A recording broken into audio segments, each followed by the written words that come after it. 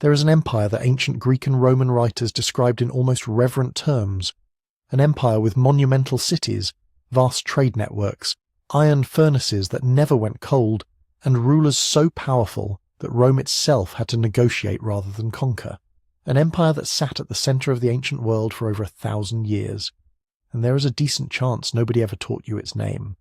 That's not an accident. That's a story in itself. Here's what makes this so strange. The ancient sources aren't vague about this place. Greek historians wrote about it. Roman generals fought its armies and then backed down. Egyptian records describe its kings as pharaohs of a foreign power that occasionally turned around and ruled Egypt itself. There are inscriptions carved in a script that took modern scholars over a century to partially decode. There are pyramids, more pyramids than Egypt, still standing in the desert of what is now Sudan. And yet somewhere between the ancient world and the modern classroom, this civilization got quietly set aside, reduced to a footnote, sometimes erased entirely. The empire was Kush.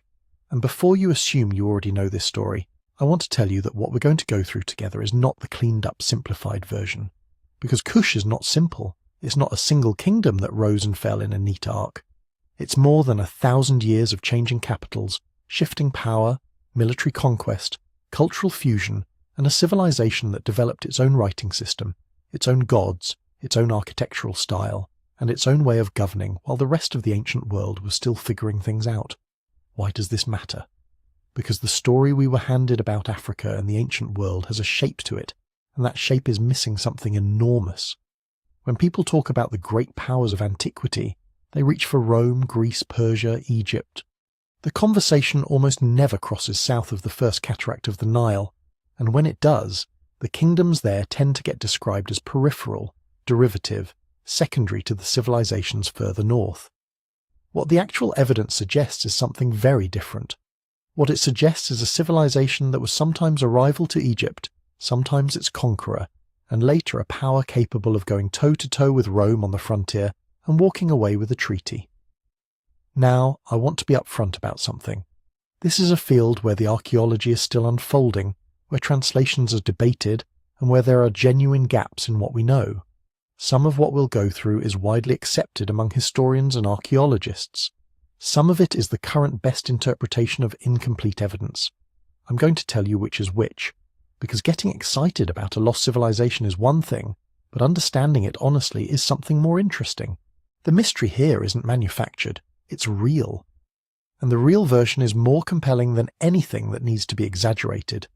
The evidence trail we're going to follow runs through Greek accounts written 2,000 years ago, through Roman military records, through Egyptian temple inscriptions, through decades of archaeological excavation at sites that most people outside the field have never heard of.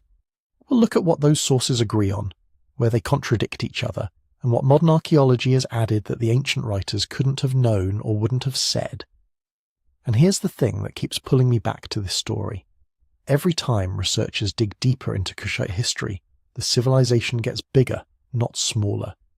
Every excavation season seems to turn up something that pushes the timeline further back or extends the reach of the empire further than previously mapped. There are sites still buried under Sudanese desert sand that have barely been touched. The full picture isn't in yet.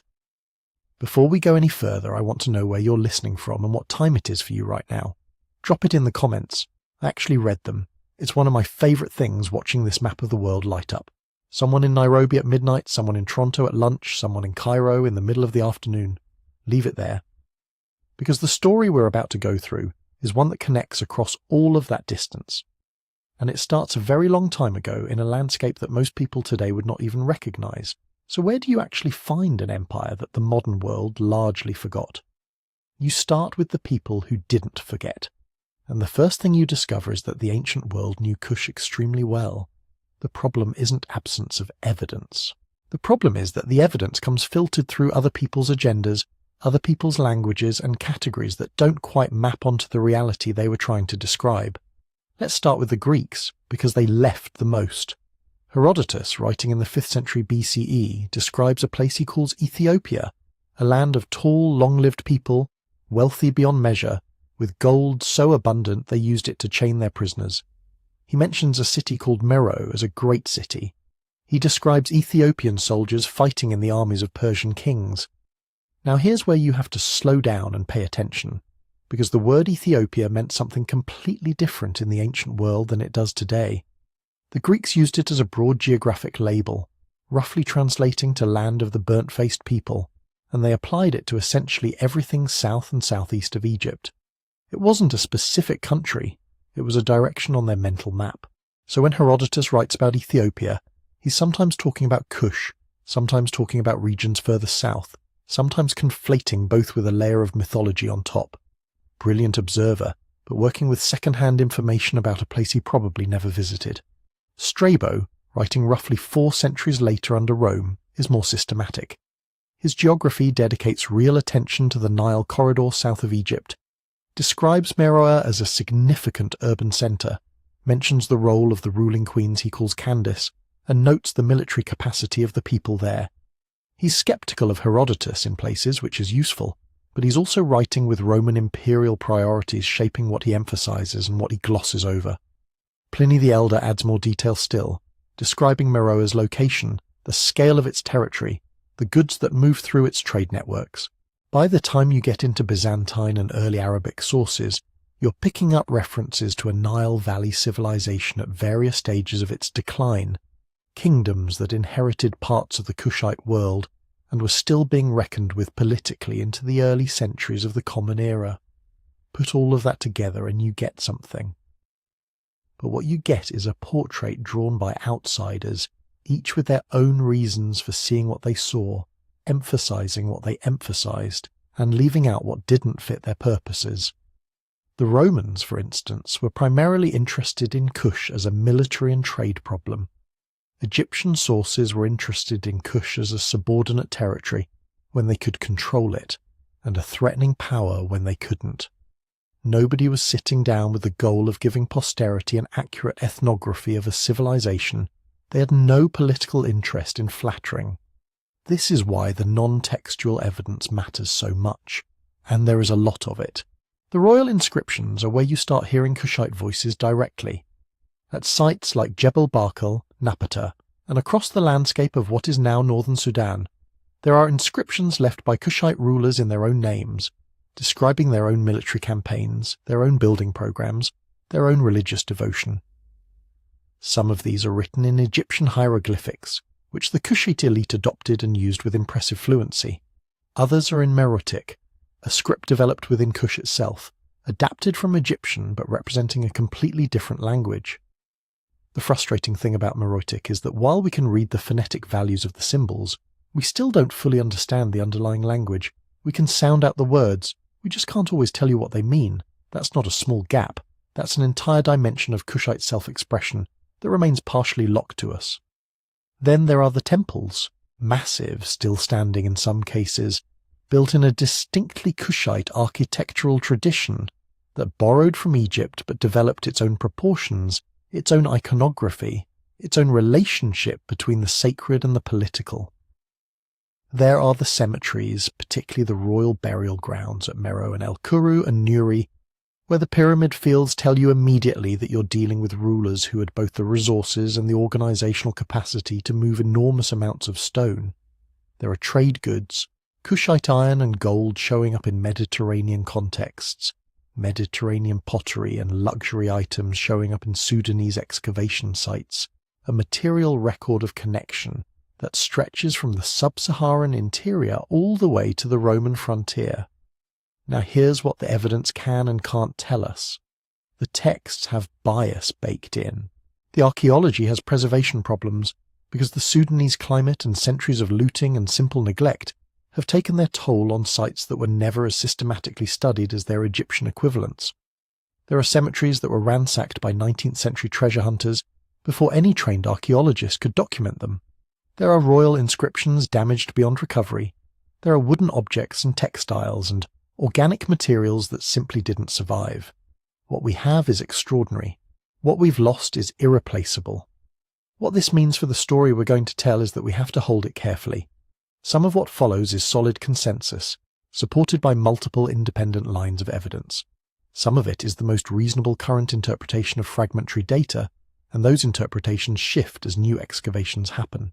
The timeline we're going to follow runs from roughly 2500 BCE when the earliest recognizable Kushite political structures appear in the archaeological record, through the Great Kingdom of Kerma, through the Napatan phase when Kushite kings ruled Egypt as pharaohs, through the Meroitic period when the empire reached something close to its maximum reach and sophistication, and finally into the 3rd and 4th centuries CE when the structure begins to fracture.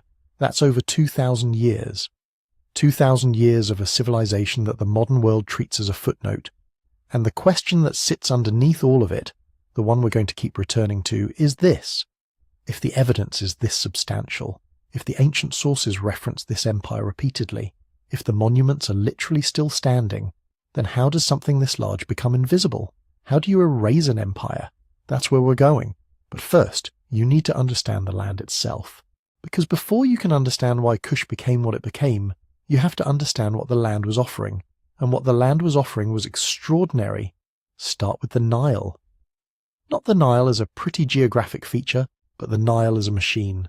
A system for turning an otherwise impossible environment into one of the most productive agricultural zones on Earth.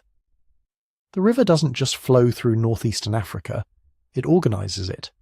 Everything about how people move, communicate, trade, and fight in this region for thousands of years is shaped by the corridor the Nile cuts through the desert. You either control the river, or you're at the mercy of whoever does. In the stretch that would become the heartland of Kush, roughly the territory of what is now northern and central Sudan, the Nile isn't a simple highway. It's interrupted by cataracts, places where granite outcroppings force the water through narrow churning channels that are essentially impassable for large boats. The ancient Egyptians knew about these. The first cataract was their traditional southern frontier. Below that, the 2nd, 3rd, 4th, 5th, and 6th cataracts created a series of natural barriers and choke points all the way into the deep interior of the continent. This matters enormously for political history. Whoever sat at one of those cataracts controlled what could pass. Trade, armies, communication, everything funneled through these narrow points. You don't need a vast army to hold a cataract. You need a fortified position and the organizational willpower to maintain it. This is geography doing political work. Between the cataracts, the Nile periodically widens into fertile reaches.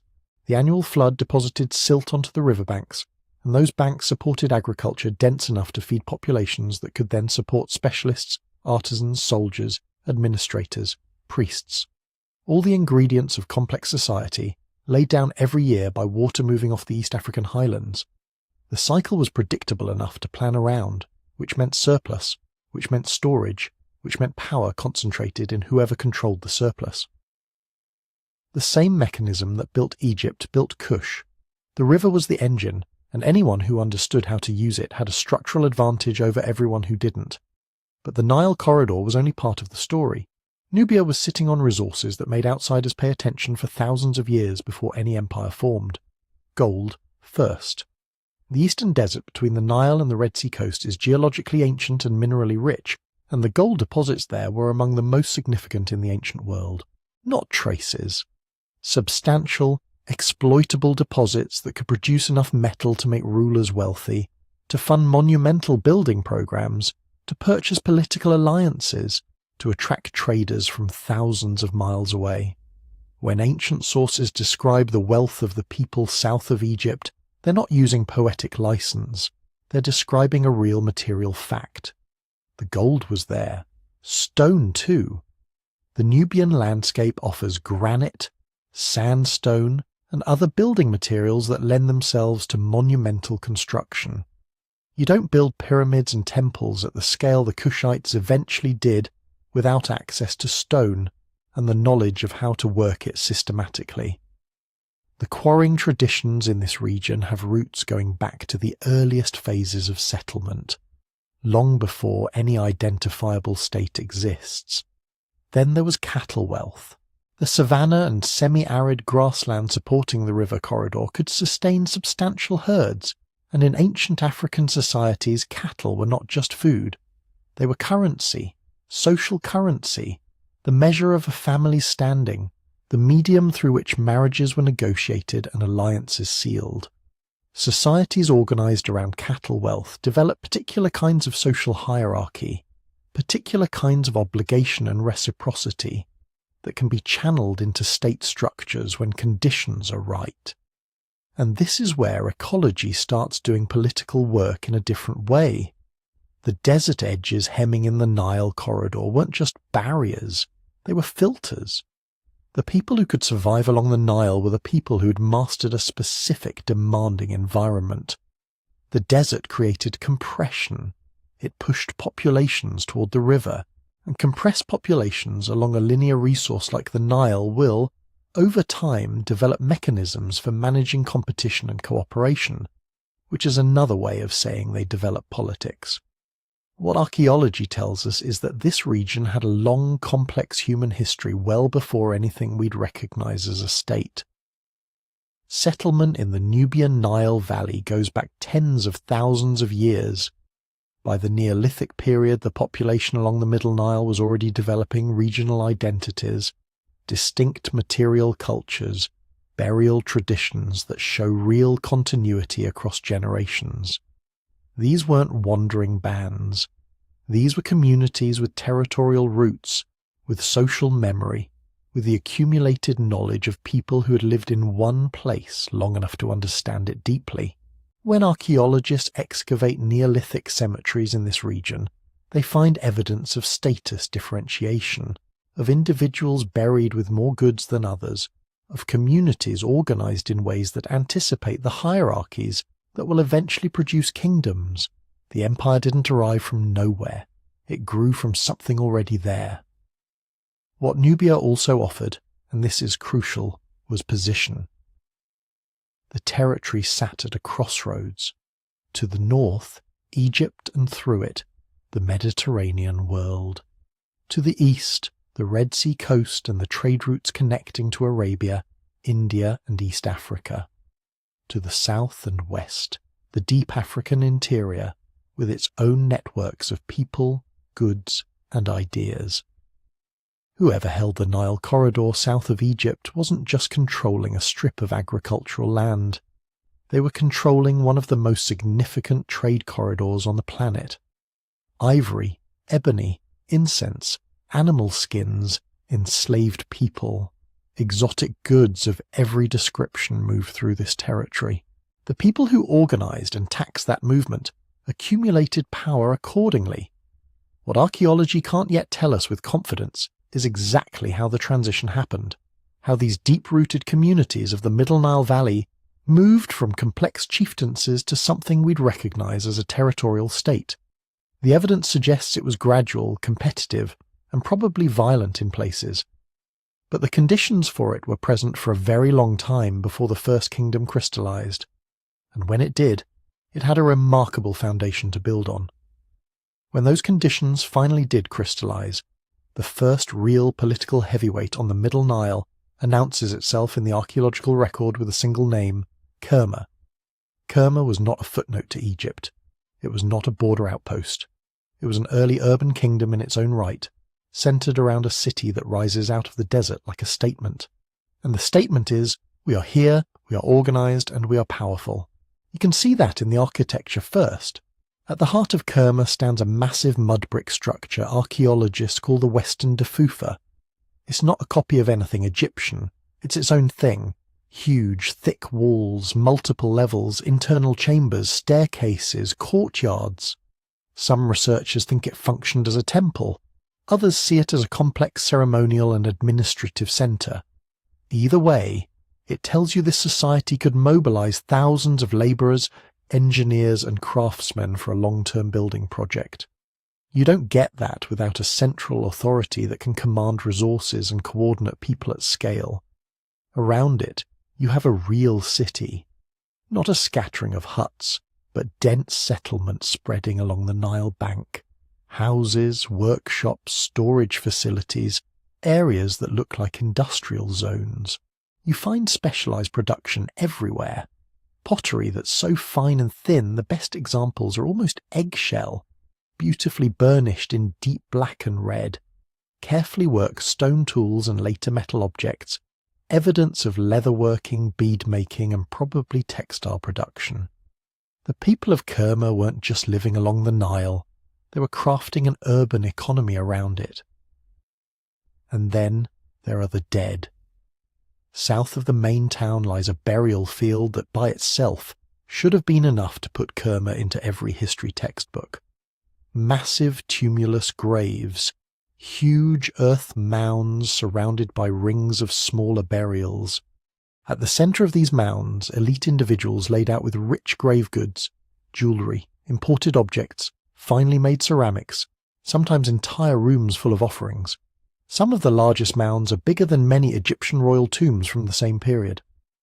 Early excavators thought they were looking at Egyptian colonial officials buried on foreign soil. But as the evidence accumulated, that idea collapsed. The architecture, the burial customs, the objects, the biological remains, they all point clearly to a Nubian elite, burying their own rulers according to their own traditions. This is Kerma's royal cemetery. This is a dynasty, or several dynasties, putting their power into the ground in a way nobody could miss.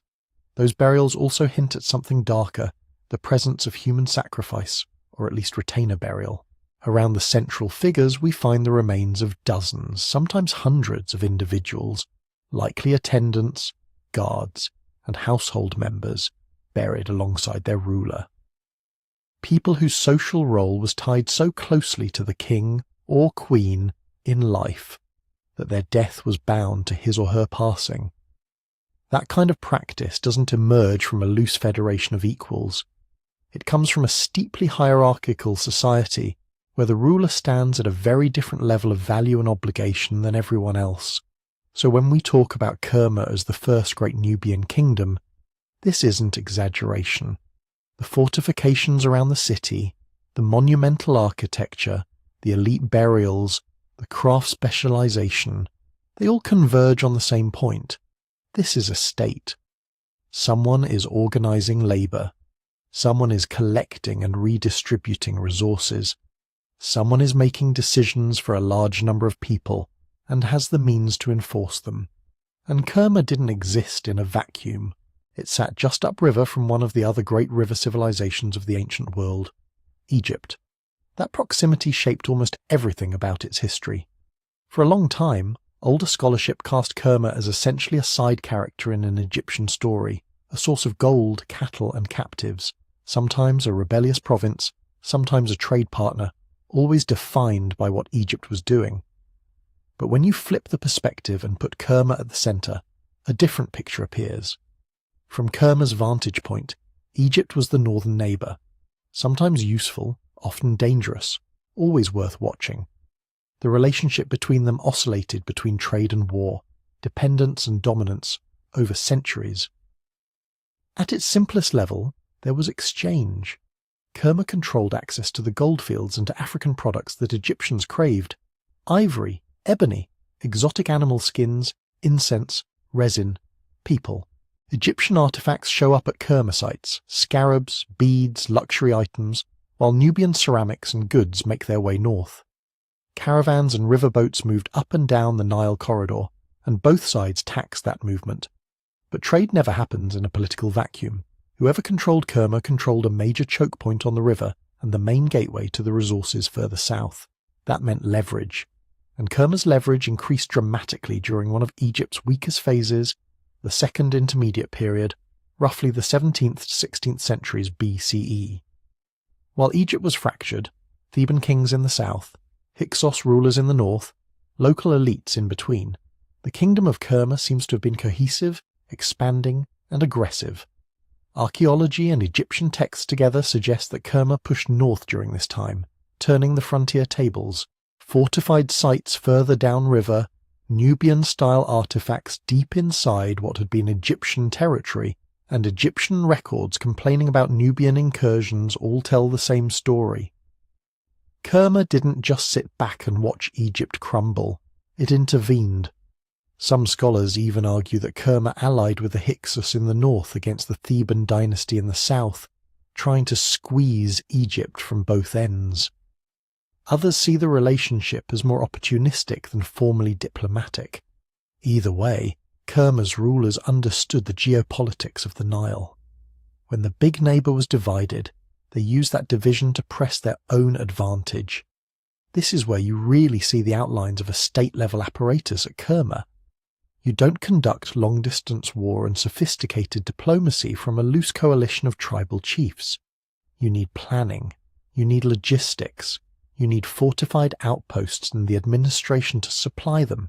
The major Kerma sites show substantial defensive works, thick walls, bastions, planned gateways, suggesting a leadership that expected conflict and organised for it.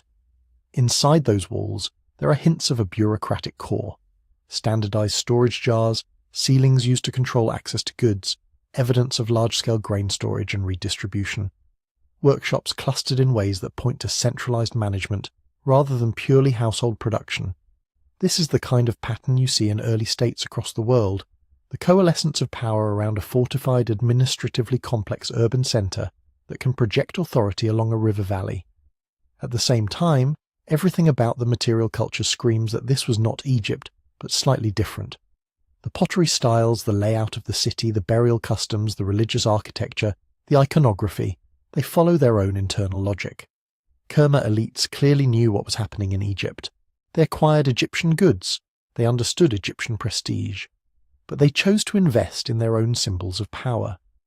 Where Egyptians covered their royal dead in stone-cut pyramids with decorated chapels, Kerma's rulers preferred enormous earth mounds with rings of human and animal burials. Where Egyptian temples laid out long axial plans, Kerma's dafufas rose as compact towering blocks. Where Egyptian art emphasizes certain gods and royal imagery, Kerma's symbolic world, as far as we can glimpse it, is distinct. You're looking at a civilization that is in conversation with Egypt, not copying it. Even basic questions like language remain open. We don't have texts from Kerma itself that we can read, so we don't know what its people called their kingdom, their rulers, or their gods. Egyptian sources lump many southern peoples under broad labels.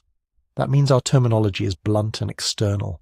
Kerma, as we use the word, is an archaeological culture and an urban centre, not the self-name of a people.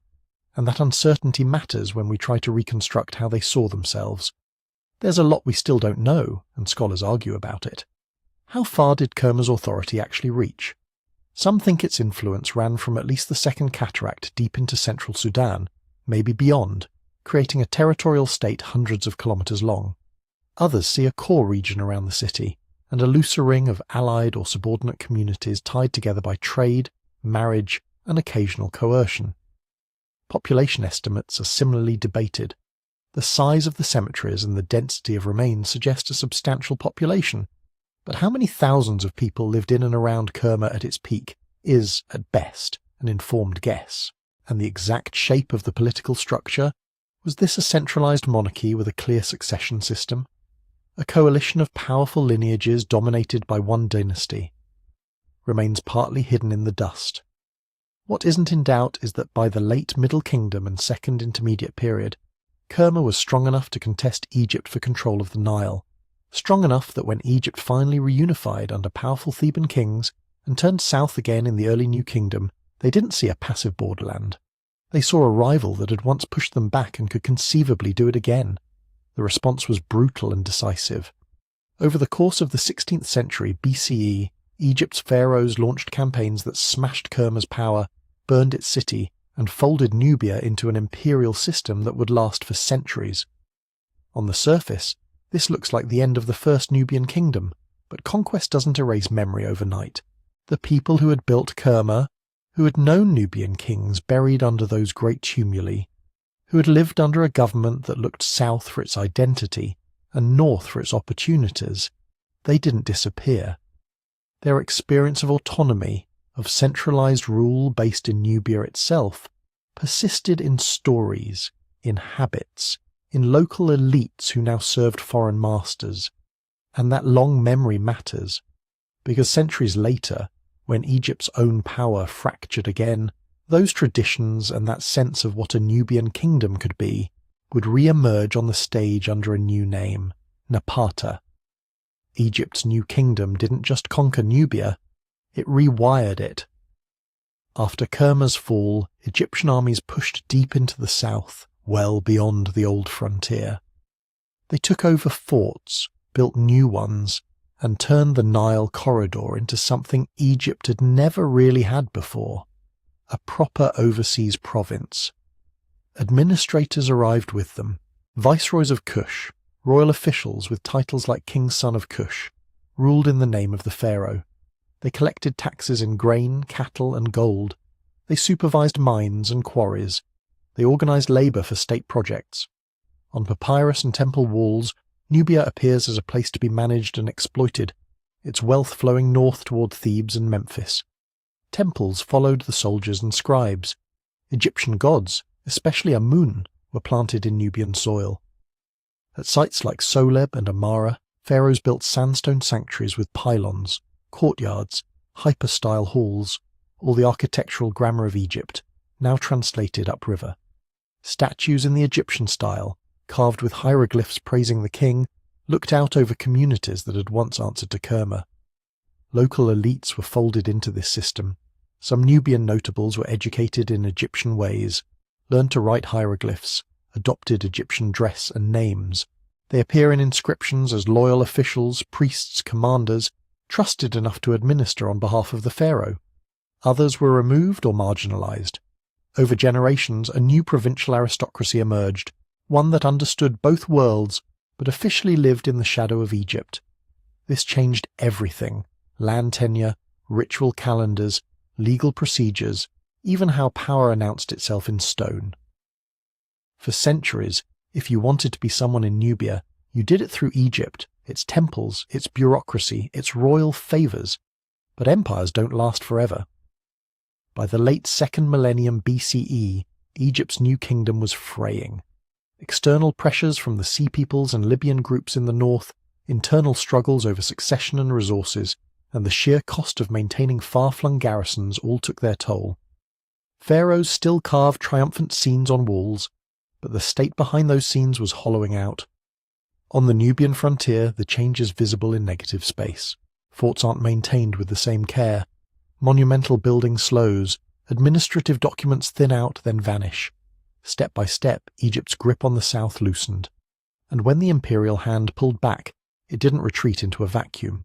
It retreated from a landscape that had been reorganized, reimagined and saturated with new symbols.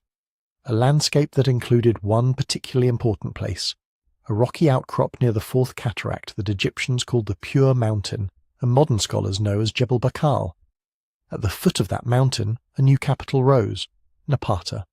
We don't have a founding inscription that says, on this date the kingdom of Kush was reborn here. What we have are layers of clues, a cluster of temples, many dedicated to Amun, royal burials appearing nearby, inscriptions that start speaking not of Egypt's southern province, but of rulers whose primary identity is anchored in this Nubian centre. Why here? Part of the answer is geography. Napata sits near a major bend in the Nile, a natural choke point on river traffic, and a bridge between Egypt to the north and the savanna routes leading deep into Africa to the south and west. Control Napata, and you tap into trade, cattle pastoralism, and the flow of gold and other resources. But there's also sacred geography. Jebel Barkal isn't just a hill. It has a distinctive pinnacle that rises like a natural obelisk visible from miles away. Egyptians had already mapped meaning onto it, claiming it as a dwelling place of Amun and treating it as an extension of their own religious landscape. They built a temple at its base. In their ideology, this was the southern throne of their chief god. When Egyptian imperial power ebbed, that religious investment stayed. The mountain didn't stop being holy just because the garrison left. Local priests, local communities, local elites had lived inside that sacred map for generations. They understood perfectly well the prestige that radiated from an Amun temple, anchored to a pure mountain on the edge of the desert. Napata's emerging rulers leaned into that with both hands. They expanded the temple of Amun at Jebel Barkal, added chapels, reused and reinscribed blocks, erected their own statues. They commissioned new sanctuaries at other sites along the river. They presented themselves as pious benefactors of Amun, offering him gifts, building his houses, restoring his cult. In doing so, they weren't just showing off personal devotion, they were claiming custody of a god whose authority had once underwritten Egyptian kingship itself. This is how you turn religion into politics. If Amun is the god who chooses and legitimizes kings, and if Amun's most powerful southern seat is at your capital, then your throne is no longer provincial, it's central. We see this in the titles the early Napatan rulers begin to use. The picture is fuzzy. There are gaps in the sequence, inscriptions are damaged or missing, and scholars argue about exactly who followed whom. But certain trends stand out. Kings start calling themselves not only King of Kush, but also using full Egyptian royal titulary, Horus names, throne names, epithets that tie them to Ma'at, to Amun, to the cosmic order that Egyptian pharaohs had claimed for centuries. They appear in reliefs offering to gods in exactly the same poses as New Kingdom rulers. Their monuments use familiar formulas: beloved of Amun, enduring like Ra, chosen of the gods. On the surface, it looks like imitation. But context matters. These aren't Egyptian administrators parroting their master's language.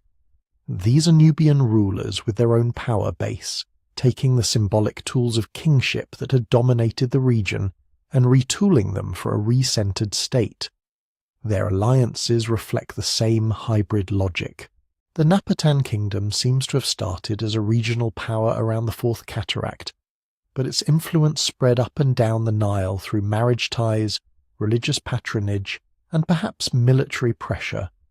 Temples they built or restored become nodal points in a network, places where local elites could gather, swear oaths, share rituals, and recognize a broader authority. Culturally, Napata is where you really see the blending strategy sharpen into a weapon. Royal statues from this period often follow Egyptian conventions of pose and dress, kilt, nimis, headdress, the whole visual package, but the faces can be distinctly Nubian in their features.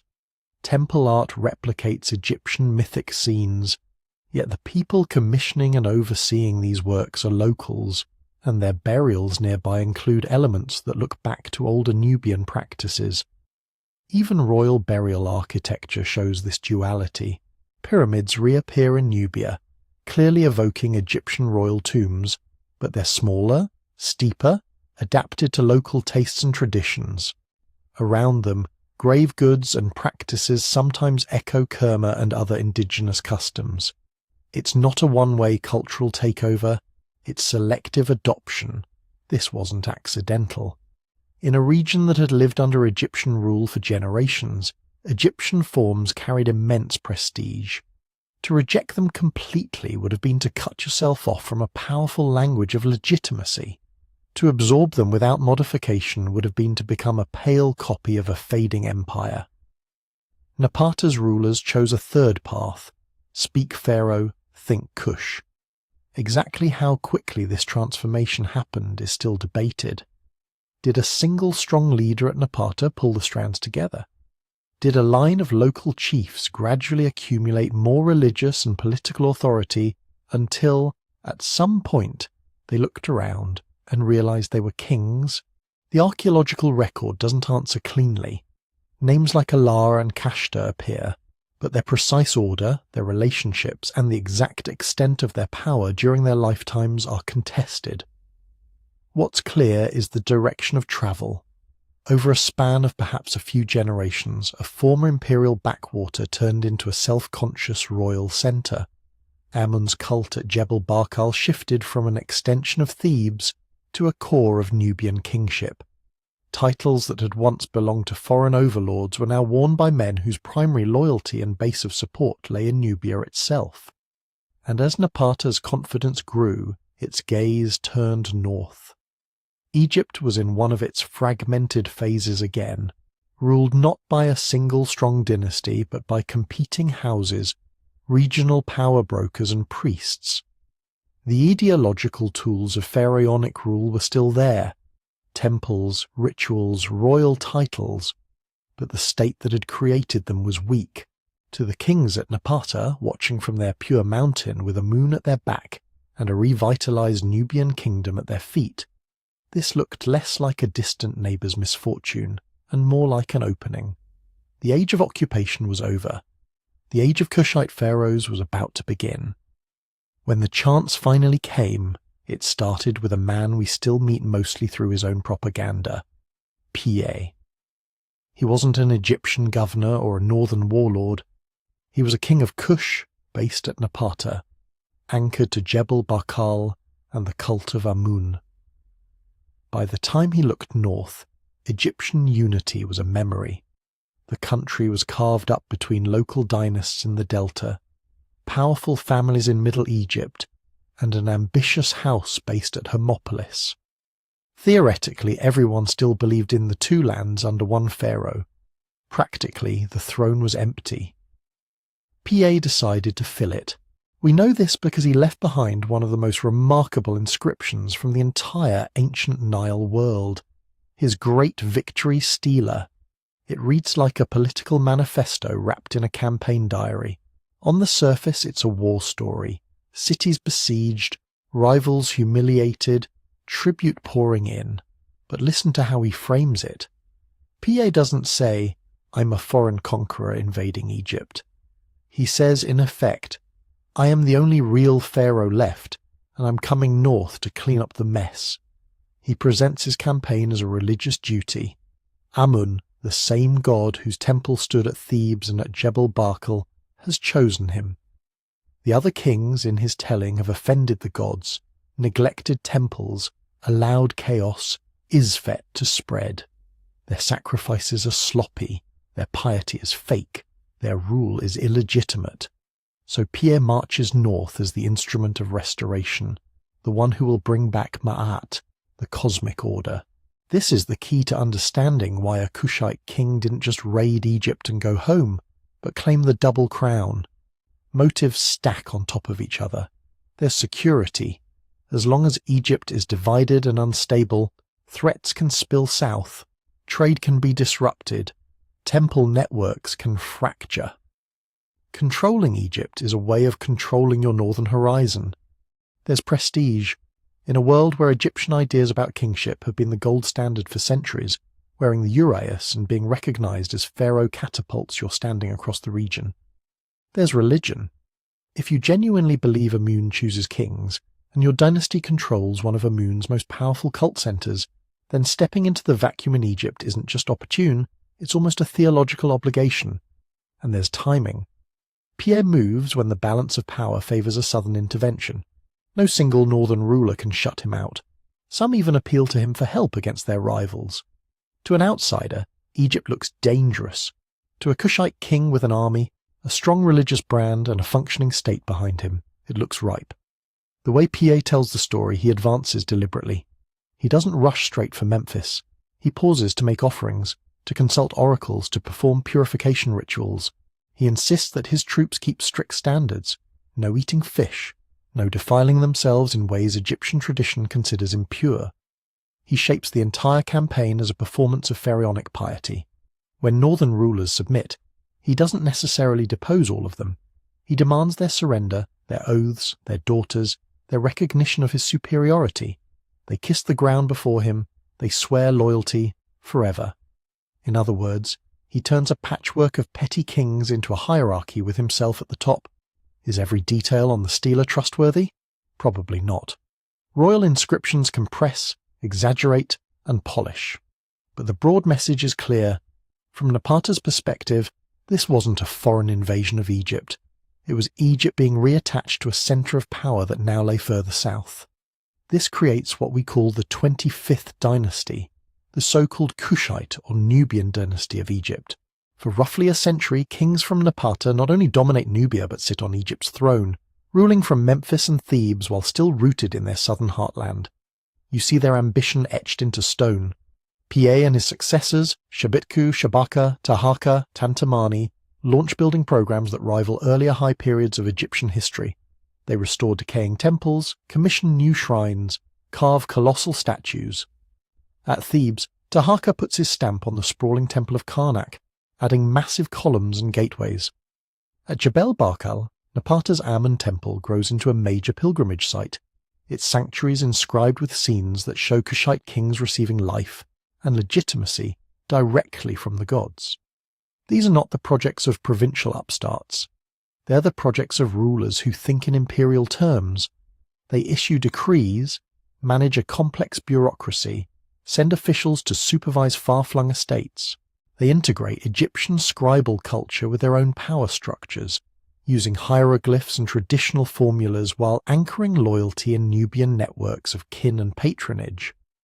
They marry strategically, both within their clan and into Egyptian elites, knitting together a composite political class that spans from the Delta to beyond the Fourth Cataract. Outside observers took notice. In the wider Near Eastern world, this Kushite-led Egypt isn't a side note, it's a major player. Assyrian kings, writing from Nineveh and Kalhu, don't talk about some Nubian tribe. They refer to the king of Egypt and Kush as a serious opponent. Diplomatic letters and war annals place this combined power alongside Assyria, Babylon, and later the rising Medes as one of the big beasts on the board. That's important. It means that from the perspective of the 8th and 7th centuries BCE, Kush isn't an obscure frontier.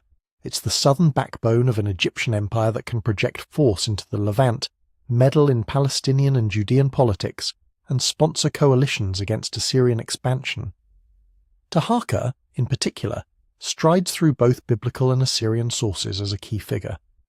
In the Hebrew Bible, a Tiraka king of Kush appears as a potential saviour marching against the Assyrians. In Assyrian records, he's the adversary whose armies clash with Sennacherib and Esarhaddon. Archaeologically, he's the king whose monuments are scattered from Kawa in Nubia to the great temples of Upper Egypt.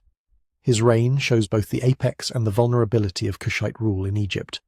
The apex because under Taharqa the dynasty's building projects, religious prestige and international profile all peak.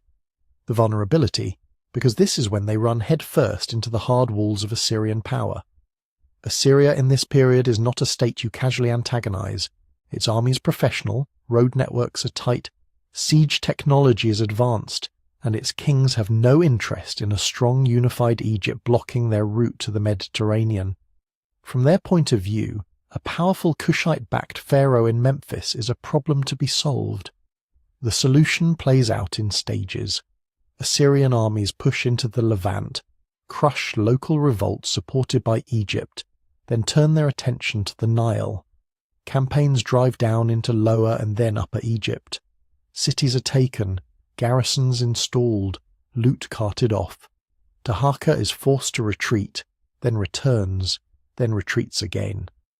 Eventually, Assyrian pressure becomes relentless enough that the Kushite kings can't hold the north.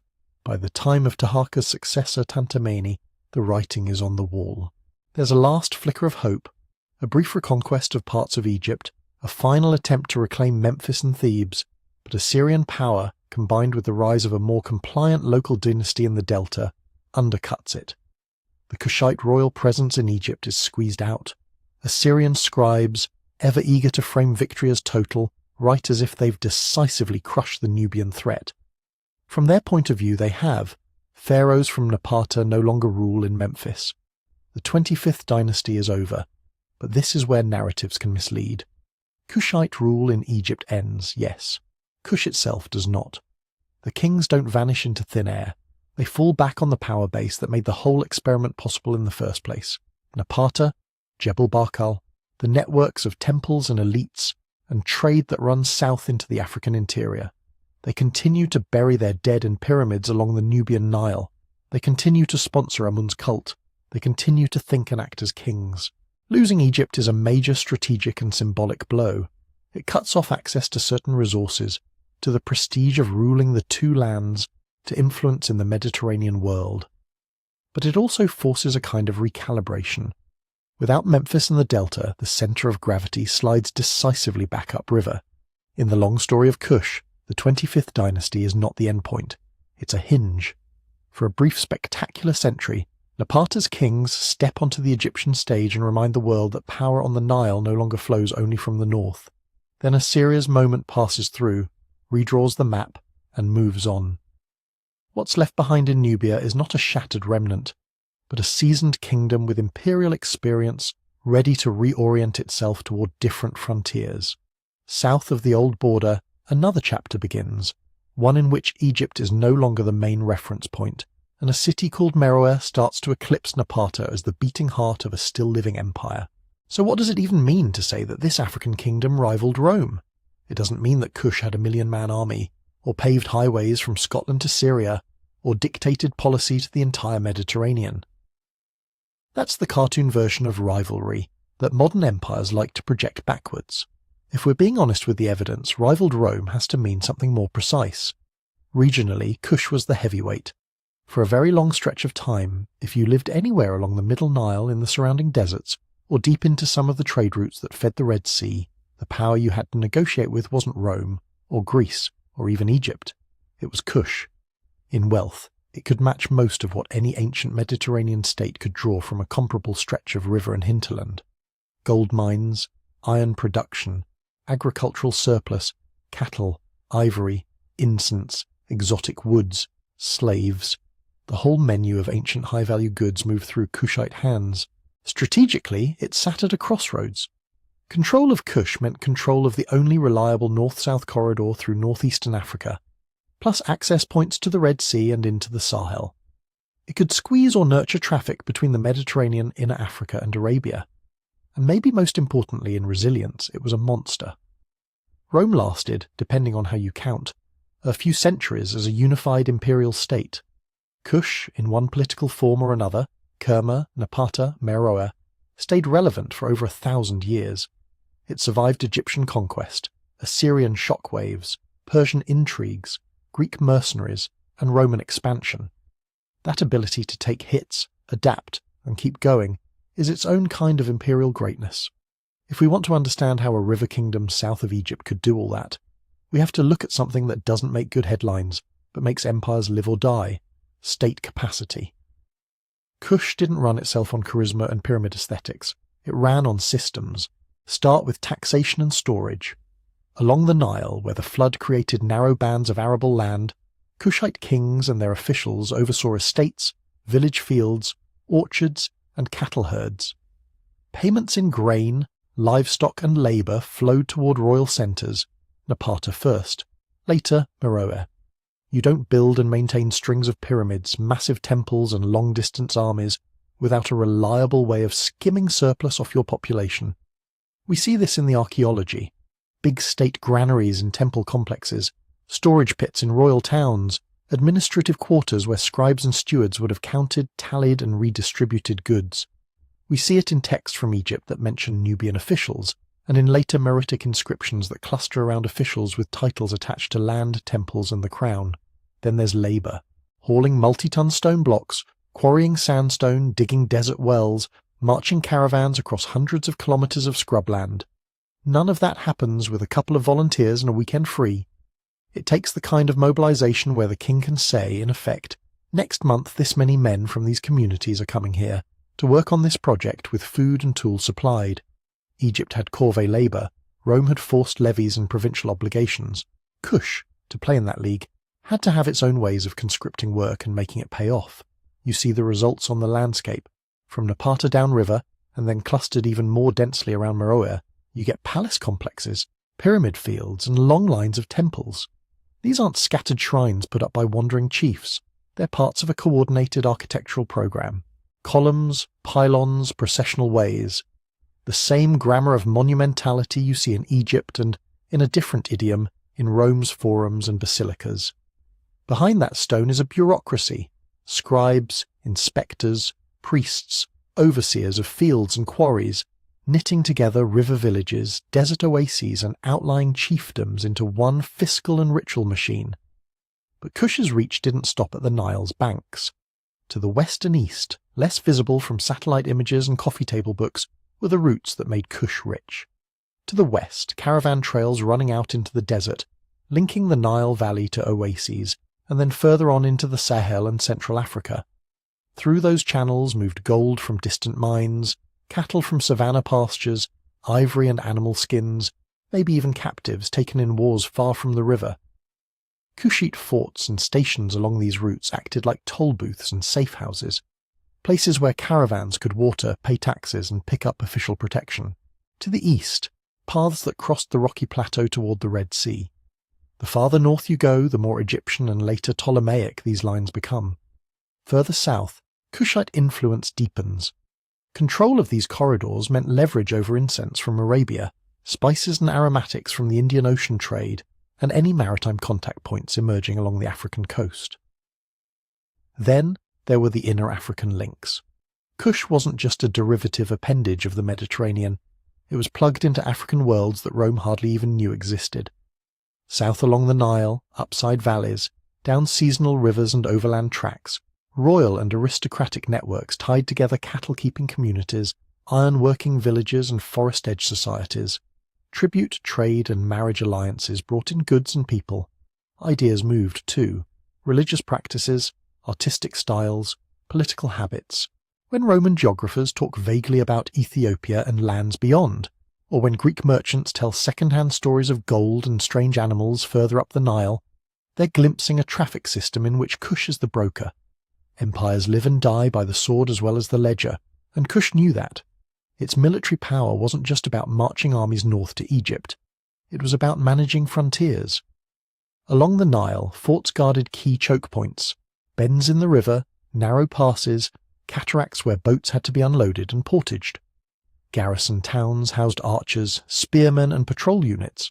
Kushite archers, in particular, had a fearsome reputation all the way back into Egyptian records. Later, when the Romans show up, they learn the hard way that Nubian arrows are not something you shrug off. Out in the desert, smaller outposts and watchpoints extended royal eyes and ears beyond the green strip of the floodplain. Patrol routes linked wells and way stations. Control of water in the desert is control of movement. If you can deny an enemy access to a chain of wells, or guarantee safe passage for your own allies and caravans, you're effectively drawing invisible walls and corridors across the map. On top of that, Kush built security through relationships. Instead of trying to occupy every hill and wadi directly, it leaned on alliances and vassalage with local leaders, desert chiefs, oasis clans, southern headmen.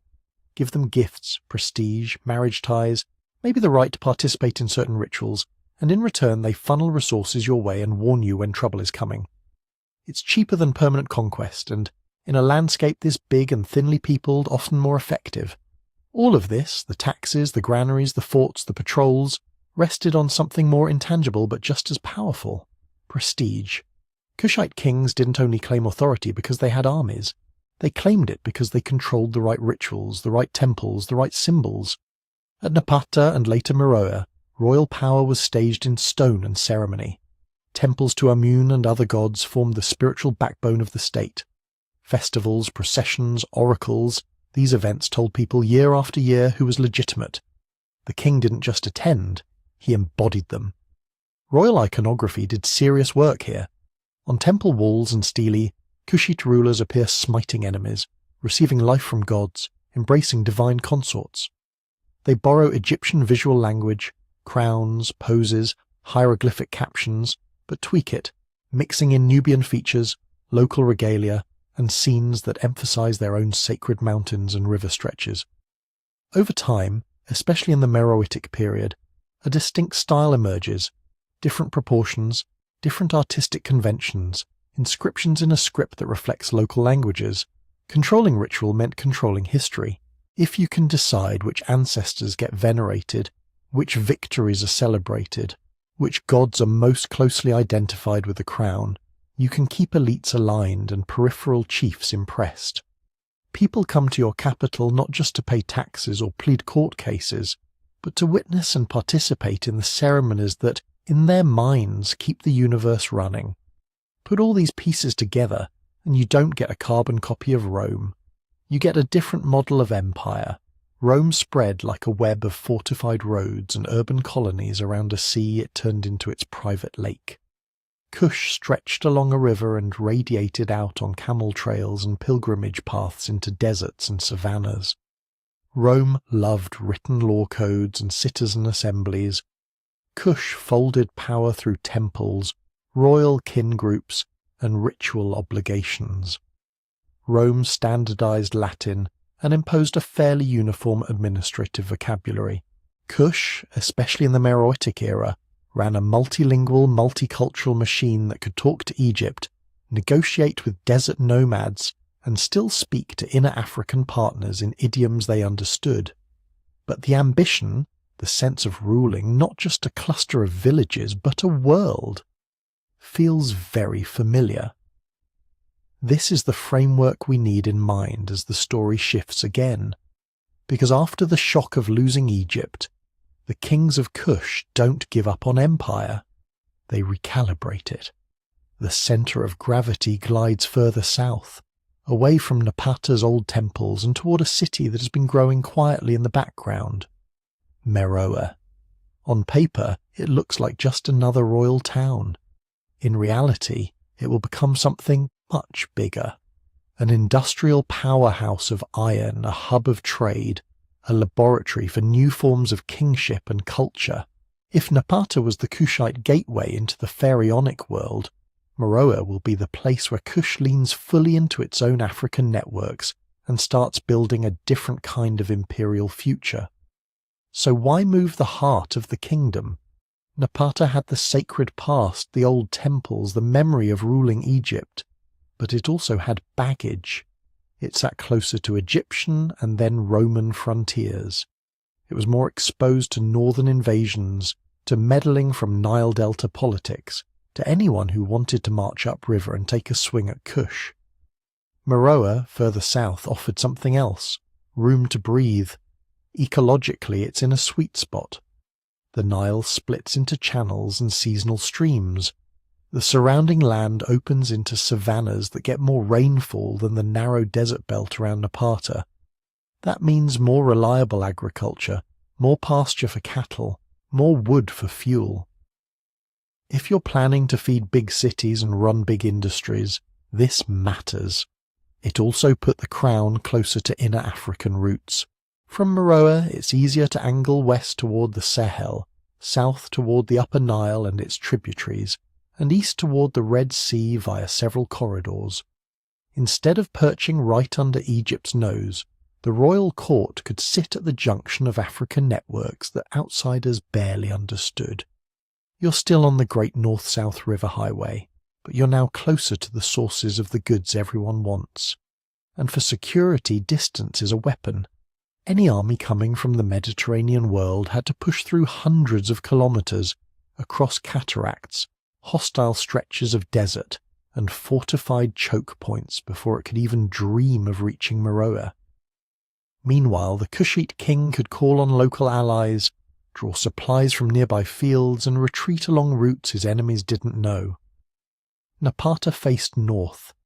Meroë turned the state's face inward toward Africa. So what did this southern capital actually look like? Archaeology paints the outline of a real city, not just a ceremonial camp. At its core were temples, big ones, stone pylons, columned halls, courtyards and shrines dedicated to Amen and other gods important to Kush. Like at Napata, religion lived in the centre of urban life. Processions would have moved through these spaces. Oracles would have been consulted, festivals would have turned the city into a sea of people. Near the temples sat royal palaces, multi-room complexes with reception halls, inner courtyards, storage areas, and private quarters. These were not isolated fortresses. They were plugged into the urban grid of streets and smaller houses, a political and administrative heart where scribes, stewards, and officials worked. Then, around and between these monumental cores, you get neighbourhoods, mud brick houses clustered along lanes, workshops for pottery, metal, textiles, areas that show regular planning, walls aligned, streets forming recognisable patterns. This isn't random growth. It suggests city officials deciding where things go, how movement should flow, where markets and industrial quarters should be placed. And then there is the industrial zone that made Meroë famous, the Iron Quarter. If you walk that part of the site today, you're basically walking on slag, waste from iron smelting, sometimes meters deep.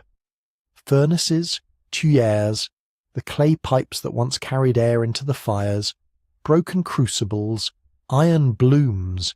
It's a dense archaeological signature of metalworking on a massive scale. This is why Meroë gets called an Iron Age metropolis. For a long time, scholars imagined whole forests being cut down to feed these furnaces. The famous image is of black smoke hanging over the city as slaves and workers smelted ore day and night, turning Meroë into the Birmingham of ancient Africa. the reality is more nuanced. We know from the slag and furnace remains that iron was produced in enormous quantities compared to earlier Nubian sites. We can see evidence of different smelting techniques, suggesting innovation and maybe experimentation.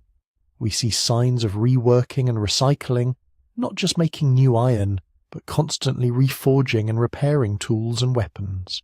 What we don't fully know is scale and organisation. Was iron production a tightly controlled royal monopoly, with the palace supervising everything? Or was it a mixed system, where royal workshops coexisted with temple-based operations and private smiths making a living on the side? How far did Meroitic iron circulate, just through Kush, or into neighbouring regions, or even as far as Mediterranean markets? Those questions are still being argued. New furnace datings and slag analyses keep tweaking the timeline and the volume estimates. But whether it was an ancient steel mill on the level of modern fantasy or just a very large, regionally dominant industry, the point remains. Meroë turned iron into power. Iron tools mean deeper ploughing, more efficient clearing of fields, better axes, better carpentry, more reliable nails and fittings for boats and wagons. Iron weapons mean spears and swords that don't shatter as easily. Arrowheads you can mass-produce armour and fittings for horses. In a world where many communities still relied heavily on stone or scarce bronze, an iron-rich state has options. And iron plugged directly into trade. Picture the flow. From the south and west, caravans and rivercraft brought gold from distant mines, ivory tusks, leopard and lion skins, exotic hardwoods, live animals, giraffes, monkeys, birds.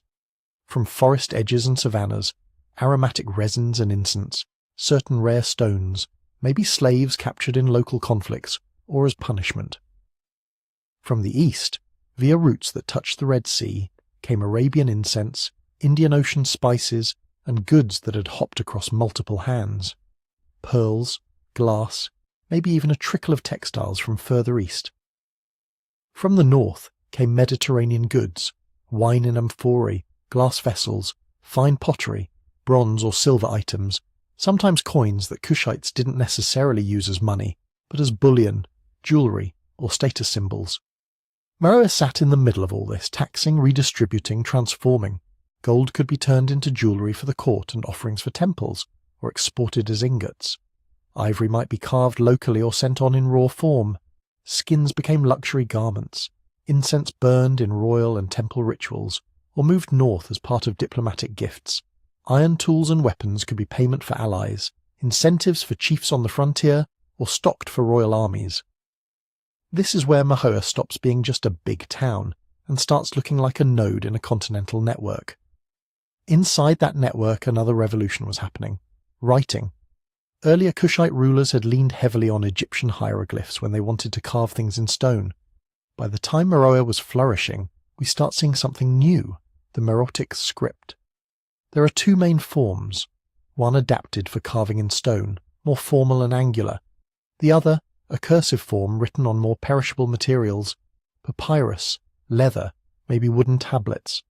Both recorded a local language, not Egyptian. This matters. It tells us Kush was no longer content to express its identity solely through a borrowed system. The state had the confidence and the administrative need to write its own language, its own way. We can read Meroitic phonetically now, we can sound out many words, but we still don't fully understand the language. It's like being able to pronounce a foreign alphabet perfectly, while only recognizing some of the vocabulary, proper names, royal titles, some standard phrases, religious terms, those we can identify. The rest is still a puzzle. That partial decipherment has two big consequences. First, it confirms a lot of what archaeology hinted at. A structured bureaucracy, officials with specialized titles, a ritual calendar, legal and administrative acts being recorded. This was not a purely oral kingdom improvising policy. It had scribes and archives. Second, it reminds us how much we still don't know. Those untranslated texts probably contain internal histories, court politics, land grants, maybe even literary or didactic works. Until more of the language yields, a large chunk of Kush's own voice is muffled. We're reconstructing an empire while half its paperwork is still locked. Even with that silence, a sense of cultural confidence comes through. In art, Meroë develops a style that is recognizably its own. Yes, some statues still wear Egyptian crowns or strike pharaonic poses, but proportions shift. Faces, hairstyles, jewellery, clothing elements reflect Nubian and inner African aesthetics. Gods appear with attributes familiar from Egypt but paired with local symbols, local sacred animals, local landscapes. In religion, Amun remains important, especially at the old occult centre of Napata, but other deities rise. Lion-headed gods and goddesses, local protective spirits, royal ancestors, all woven into a pantheon that doesn't feel like simple imitation. Temples in and around Meroë show rituals that blend Nile traditions with desert and savanna cults. Royal titles tell the same story. Kushite kings still sometimes claim pharaonic echoes when it's useful, but Meroitic inscriptions stress titles rooted in their own tradition. They call themselves not just kings of Kush, but lords of specific regions, masters of particular sacred places, possessors of authority that doesn't need Egyptian validation. This is an empire that has stopped asking for external approval. It trades with the Mediterranean, appropriates what it finds useful, but it doesn't define itself as a shadow copy of Egypt or a peripheral client of Rome. It's building in its cities, its ironworks, its script, and its art, a distinct civilization calibrated to the African worlds it actually rules. And those worlds are not sealed off. As Meroë grows into this iron-trading, script-writing capital, Mediterranean superpowers are watching. Ptolemaic Egypt eyes Kush as both partner and rival. Later, Rome inherits that position and has to decide, is this southern kingdom a client, a threat, a source of luxury goods, or a stubborn frontier problem? The next turn in the story is about that relationship, how a proud river empire forged in African networks collides with, negotiates with, and sometimes bleeds with the giants of the Mediterranean. If you had walked into the royal court of Kush expecting a line of stern-bearded kings and silent queens in the background, you'd be in for a shock. In this empire, women didn't just sit beside power. Sometimes they were power. Greek and Roman writers kept stumbling over a title they didn't really understand. They recorded it as Candace and turned it into what sounded like a personal name. In the inscriptions of Kush, it's Kandake. Kandake wasn't one woman, it was a title. It could mean Queen Mother, reigning queen, or a royal woman with sovereign authority, depending on the period. In some reigns, a Kandake appears alongside a king, almost as a co-ruler. In others, she stands alone at the top. On temple walls and pyramid chapels, Kandaks are carved the same size as kings, or even larger, smiting enemies, receiving offerings, front and centre in rituals. This is not decorative equality, it's political. Kush's royal ideology made descent through women matter, a lot. The Queen Mother seems to have been a key source of legitimacy. A man might become king because he was the right kind of son, or sometimes the right kind of sister's son, of a royal woman. That's not unusual in parts of Africa, where matrilineal principles, tracing rank or inheritance through women, sit alongside male offices. In Kush, it meant that you could not separate kingship from the women who produced kings. Priests understood this very well, and they sat at the other pillar of authority. At Napata, and later even while the political centre shifted to Meroë, the great temple of Amun remained a powerhouse. It was there, according to later traditions and hints from inscriptions, that oracles could proclaim who should rule. A candidate's bloodline, the support of the priesthood, the verdict of the god, those together formed a package of legitimacy. Think of succession less as a simple father-to-son handoff, and more as a negotiated ritual event.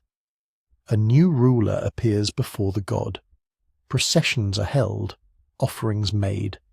The royal names are proclaimed, sometimes blending Egyptian-style throne names with distinctly Kushite titles. The Kandake may be present, visually and ritually confirming the transfer. Somewhere behind all this pageantry, factions in the court and in the priesthood are jockeying for influence, but what the public sees is cosmic order renewed. We know this not from tidy narrative chronicles, Kush hasn't left us those, or they haven't survived, but from fragments.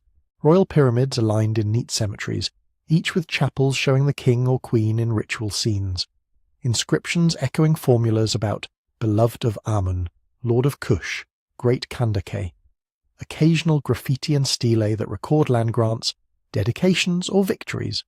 From these bits you can glimpse the scaffolding of government. There were titled officials. The Meroitic inscriptions refer to scribes, stewards, governors of districts, overseers of royal domains. Some titles repeat across several reigns, suggesting offices, not one-off jobs. There were words for palace, and for specific administrative buildings. We see references to boundaries, to estates belonging to temples or the crown. And where you have estates, you almost certainly have taxation. Kush didn't leave us detailed tax codes, but the archaeological record hints at a state that could extract and redistribute resources. Royal and temple granaries appear in major centres. Large storage jars cluster in official compounds. Certain luxury goods, gold, ivory, imported wine, turn up disproportionately in palaces and temples, not in ordinary houses. This suggests a system where farmers paid in kind, grain, livestock, labour, while merchants and caravan leaders paid in goods, tolls or service. The crown and temples then used those flows to feed scribes, soldiers, artisans and the ritual calendar. Control over production shows up in craft organisation too. At Meroë and other sites you don't just find random scatterings of kilns and workshops.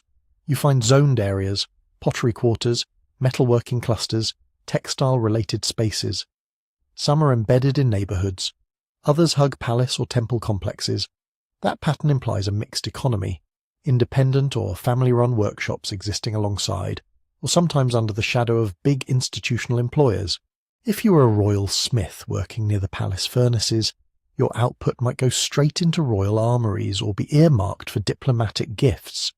If you were a potter in a suburb, you might supply everyday cooking pots and storage vessels to the market and pay dues for the privilege. But what did this world feel like on the ground? Step back from kings and Kandakes and imagine a street in Meroë. Most people lived in mud brick houses, not monumental stone. Some were small, a couple of rooms around a courtyard packed into dense blocks. Others spread out more with multiple courtyards, private wells and storage spaces, signs of wealth. Floors show traces of hearths. Grinding stones sit worn down from years of use. Animal bones in rubbish pits tell us what ended up on the table. Cattle for the well-off, goats and sheep more commonly, fish from the Nile, wild game when available. Charred grains and seeds hint at sorghum and other cereals, supplemented by fruits and vegetables where water allowed. Cooking likely meant stews, breads, porridges, familiar patterns in the Nile Valley, but adapted to local crops and tastes. Beer brewed from grain probably flowed in both everyday gatherings and ritual feasts. Crafts stitched this daily life to the wider empire. In house compounds, small-scale spinning and weaving would have produced cloth. Nearby workshops hammered copper, worked iron, carved bone and ivory. Some individuals specialised, others mixed farming with part-time craft. Social hierarchy was visible in the objects people used. Fine imported glass, painted ceramics, intricate jewellery clustered at the top, plainer wares, coarser fabrics, simpler huts marked lives with less surplus to spare. Slavery almost certainly existed. Captives from war, debt slaves, people sold out of desperation. They are hard to see directly in the archaeology, but the presence of large households, estate agriculture, and military activity makes it very likely that forced labour underpinned part of Kush's prosperity. Hovering above all this, religion did more than soothe souls. It organised power. Temples were not just places to pray, they were economic engines. Each major sanctuary, Napata's Amun, Meroë's temples, regional cult centres, held land, herds and personnel. Priests, singers, guards, gardeners, scribes, craftspeople, all fed by offerings and by income from temple estates. When people brought grain, cattle, or incense as gifts to the gods, part of that went into supporting this apparatus. In return, Temples offered rituals that legitimized rulers, marked seasonal cycles, and kept the social order anchored in sacred time. Festivals drew crowds from surrounding regions, turning religious centres into magnets for trade and information. If you wanted to know what the court was planning, what distant prince had sent gifts, what oracles had pronounced, you listened to what was said and done at the great sanctuaries. Out in the provinces, smaller shrines and local gods linked villages into the same web. A king might visit a regional sanctuary, leave an inscription, refurbish a temple, or endow it with land. That wasn't mere piety, it was politics. By honouring local sacred places, the crown acknowledged regional identities while tying them into a broader Kushite framework. Temple networks, in effect, helped govern. And yet, for all this structure, there's a question we still can't answer cleanly. How tightly did the kings of Meroë actually control their distant territories? The archaeological footprint of Kush is uneven. In some zones, around the main Nile corridor in certain fortress-like sites, you see strong royal presence, inscriptions, elite tombs, standardized architecture. In others, you see more local variation, communities that look loosely tethered rather than micromanaged. It's possible Kush ruled as a layered empire. Direct authority in the core, especially between Napata and Meroë, where inspectors, tax collectors, and royal garrisons could operate regularly. Further out, a patchwork of allied chiefs, client communities, and trade partners who recognized Kushite overlordship when it mattered, sending tribute, hosting officials, contributing troops, but otherwise ran their own affairs. Writing doesn't solve this mystery yet because most Meroitic texts we can place come from the heartland. When we do see royal names in outlying regions, it's often in the context of temples or funerary monuments, not day-to-day administration. So we're left with a picture that's both clear and blurry. Clear enough to see a court where Kandakas and kings share the stage, where priests whisper in royal ears, where scribes tally goods in ink and on clay. Clear enough to see farmers sowing fields with iron tools, artisans feeding city markets, caravans filing into temple forecourts with incense curling into the sky. Blurry when we ask exactly how commands from Meroë translated into obedience, tax and loyalty hundreds of kilometres away. That uncertainty matters, because it puts a human scale back into the story. Kush was not just a faceless iron machine or a list of royal names.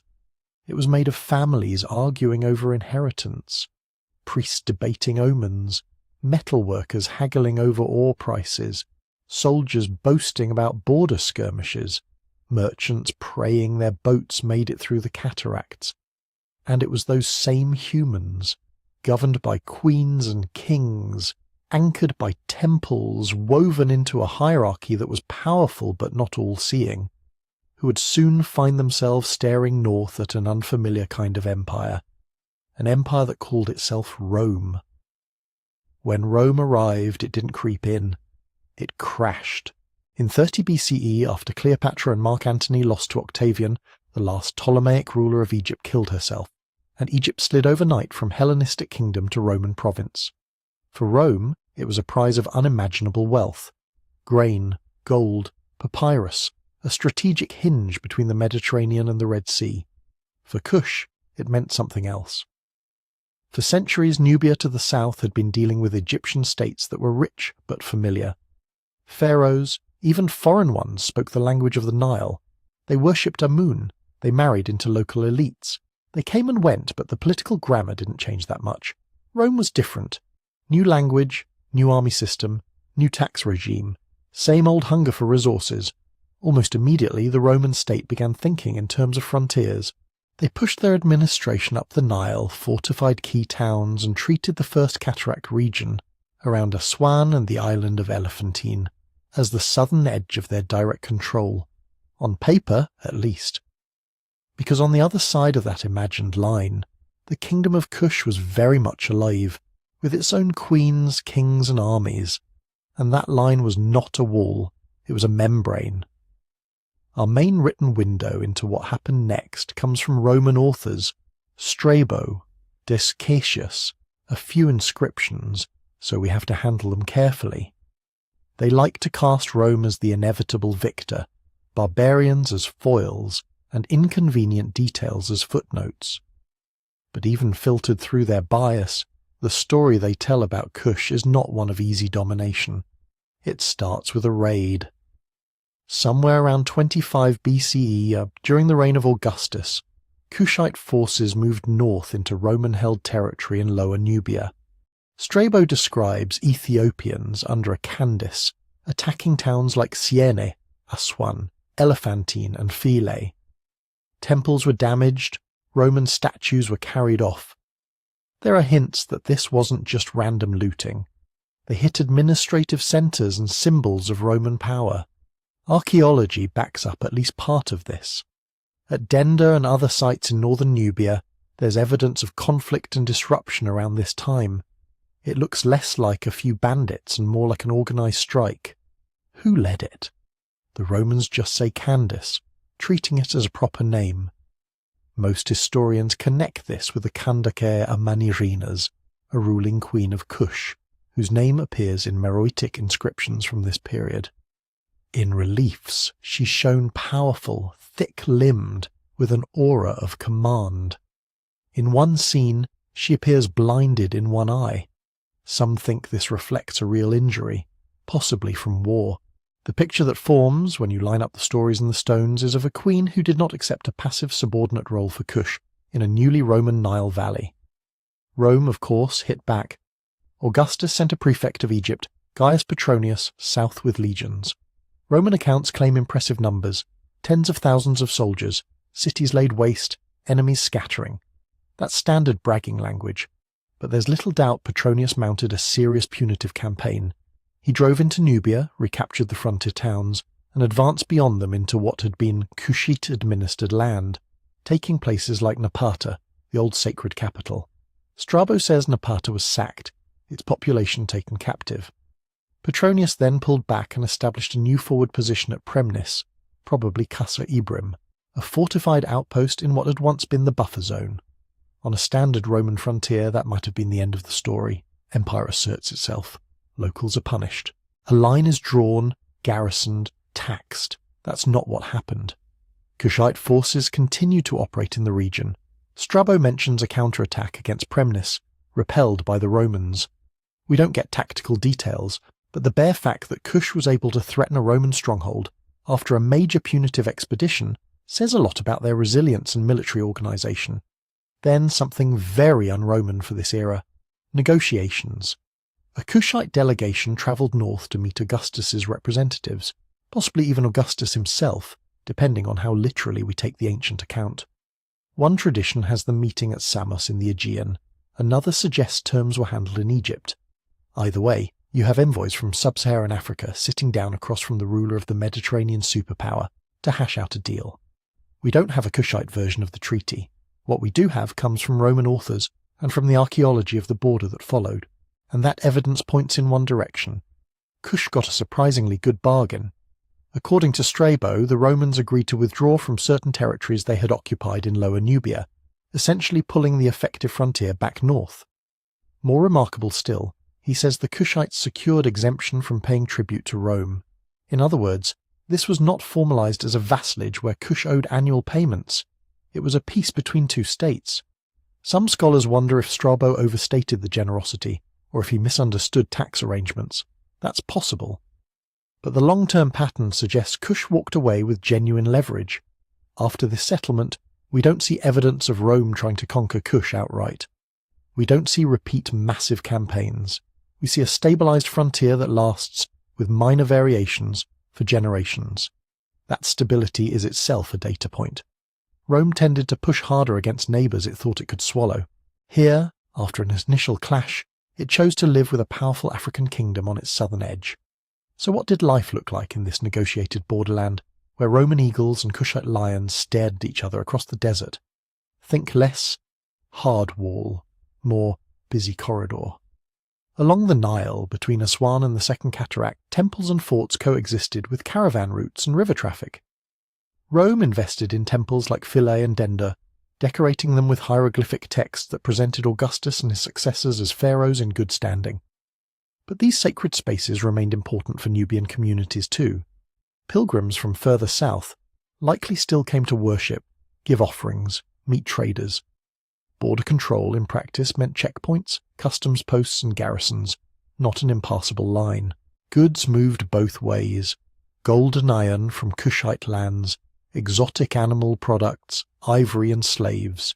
In return, wine, glass, fine ceramics, Mediterranean textiles, and Roman coinage. Taxes followed the movement. On the Roman side, customs officials collected duties on imports and exports. Inscriptions in Greek and Demotic record tax categories, tolls and exemptions. Some of that revenue came from Nubian and Kushite merchants moving their caravans or boatloads of goods north. On the Kushite side, we can infer similar exactions. Tolls at river choke points, fees for market access, perhaps royal monopolies on particularly valuable items. For local communities, this could be both burden and opportunity.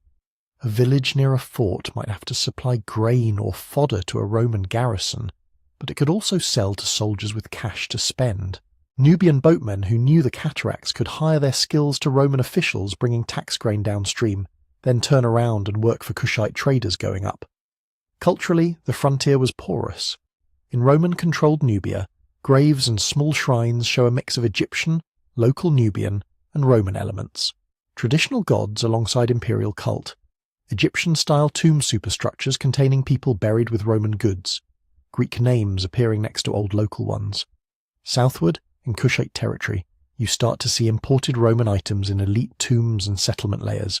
Glassware, amphora fragments, bits of metalwork, objects that had travelled hundreds of miles and shifted hands many times. Ideas travelled with them. Kush certainly knew what Rome was and how it operated.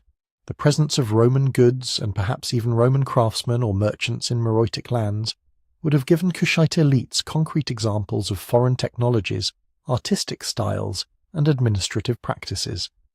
That doesn't mean they copied them wholesale. It means they had more raw material to work with. On the Roman side, officials and soldiers stationed in Egypt developed their own mental map of Ethiopia to the south, a powerful kingdom ruled by queens as well as kings, capable of fielding armies, making treaties, and disrupting border trade if angered. Not a faceless wilderness, but a state you had to negotiate with. All of this chips away at the old picture of Rome mechanically civilizing a passive south. What we see instead is a frontier where power was balanced enough that Rome compromised, and where Kush used diplomacy and strategic raids to defend its interests. The peace after Petronius and Amanirenas didn't mean nothing changed. It meant change slowed down, thickened into routine. For roughly a century and more, the Nile frontier between Egypt and Kush remained comparatively quiet. Trade patterns stabilized. Local elites on both sides learned how to profit from the new order. Kush continued to mint its own trajectory from Meroë, ruling its heartlands and outlying networks without Roman governors telling it what to do. But long quiets can be deceptive. Beyond the frontier forts and treaty lines, new pressures were building, shifts in trade routes, internal strains, ecological changes, and the slow turning of global economies. None of them looked like a single hammer blow from Rome. They looked like a creeping set of stresses that, over time, would test how long an Iron Age empire in the African interior could keep its balance. Before we get to that unravelling, though, we need to understand what Kush was defending.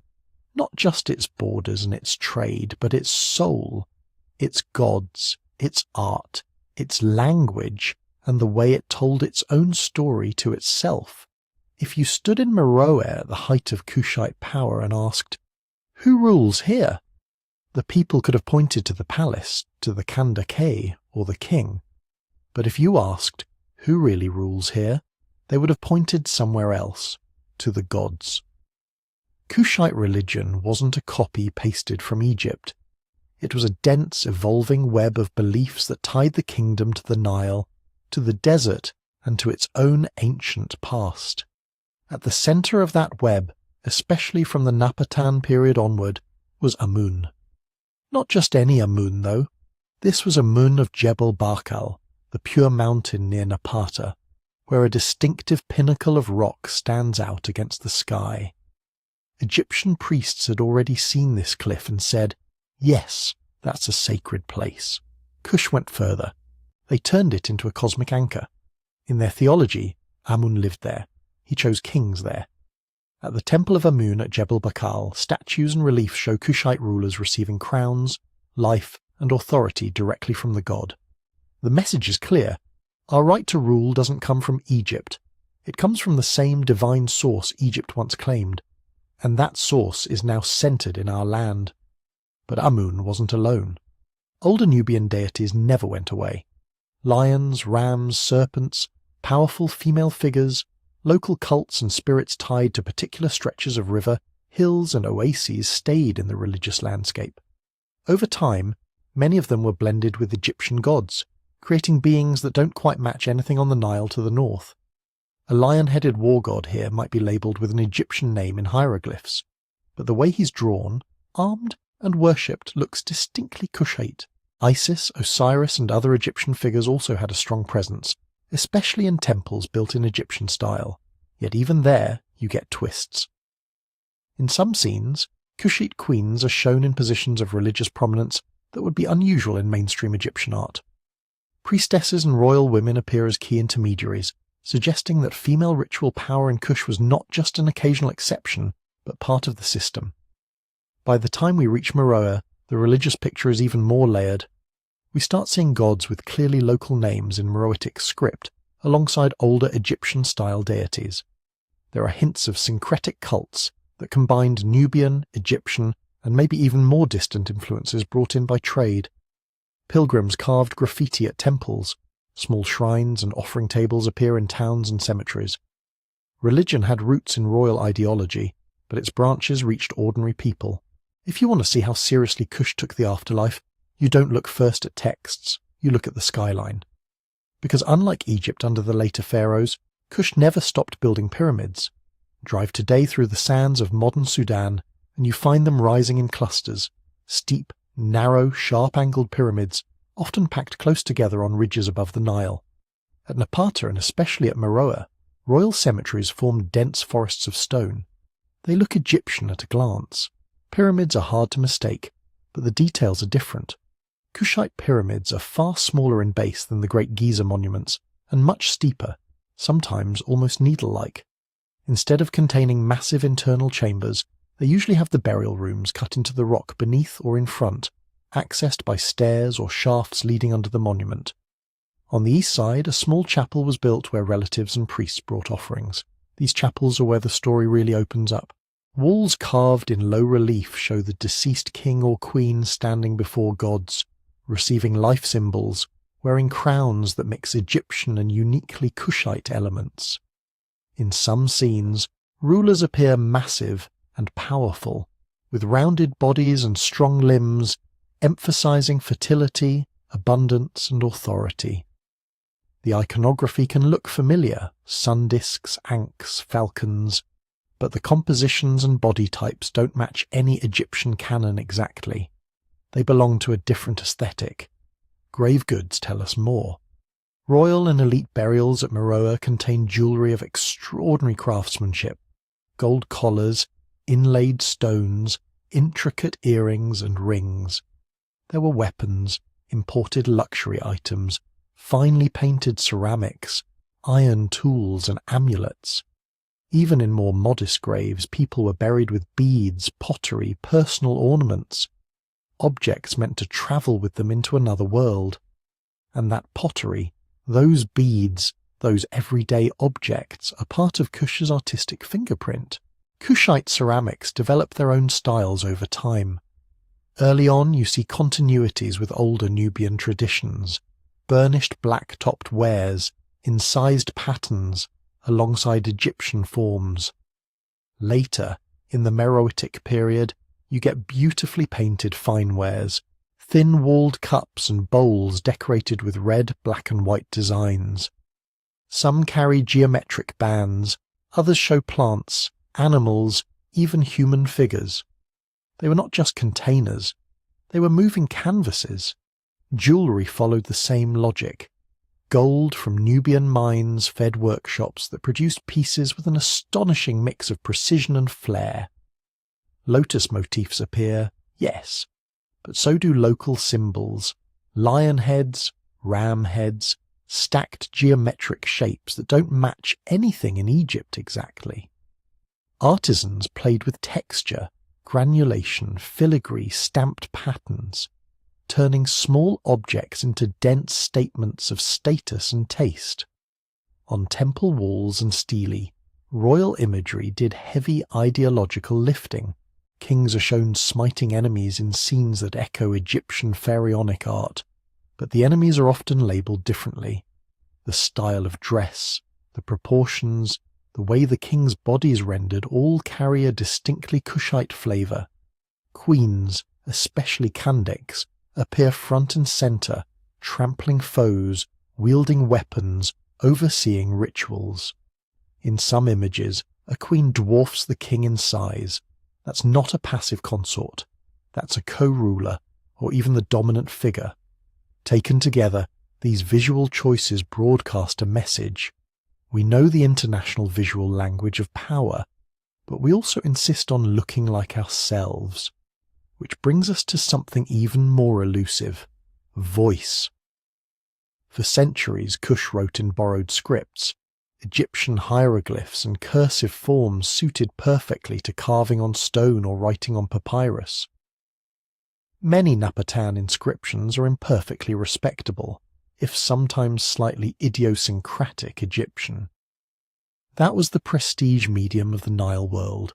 Then, around the 2nd century BCE, a shift. We start finding texts in a new script and to some extent a new language, Meroitic. There are two main forms, one adapted from Egyptian hieroglyphs for monumental use, and another cursive version for ink on more perishable materials.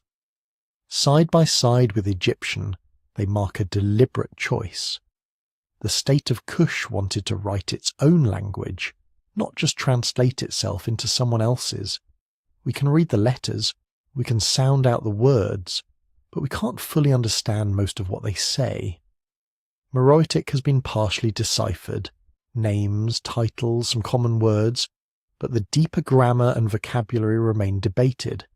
So when we look at those long columns on stelae, or the lines painted inside coffins, or the short notes scratched on pottery, we know we're looking at law codes, dedications, religious texts, maybe tax records and royal decrees. We can tell there was an administrative apparatus using this script to manage an empire. We just can't quite hear the sentences yet. That ignorance can trick us into underestimating what was there. From the inside, these texts would have been as ordinary and powerful as any Roman edict or Greek contract. From the outside, they look like silence, but they're not silence. They're just a language we haven't learned to listen to. Meanwhile, Greek, Latin and Egyptian sources were busy talking about Kush in their own ways.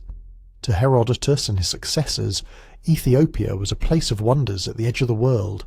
Long-lived people, strange customs, exotic luxuries. Roman authors picked up the same themes and added their own spin.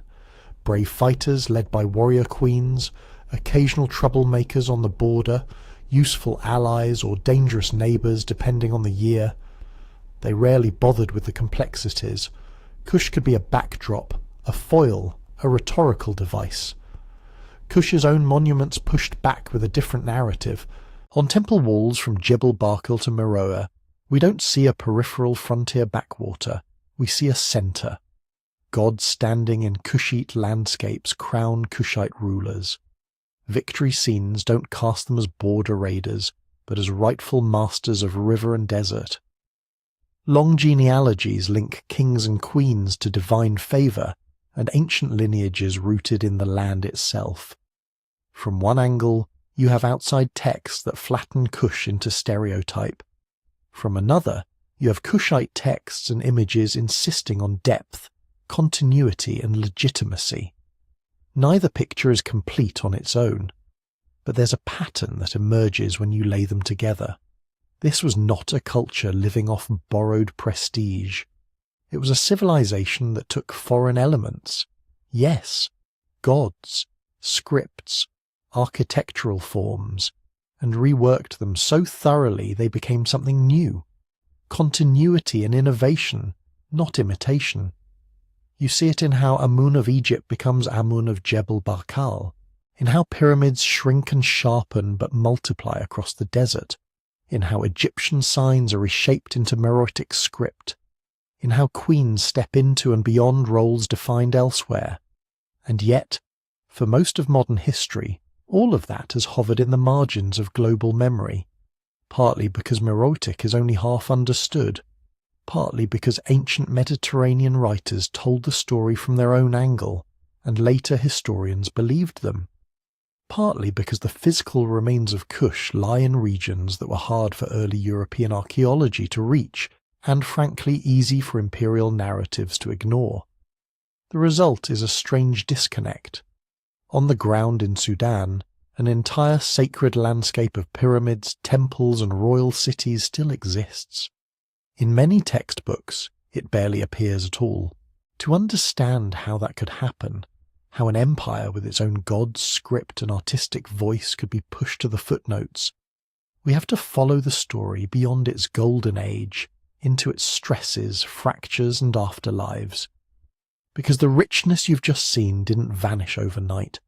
It faded, shifted, was repurposed, and then, for a long time, was misread.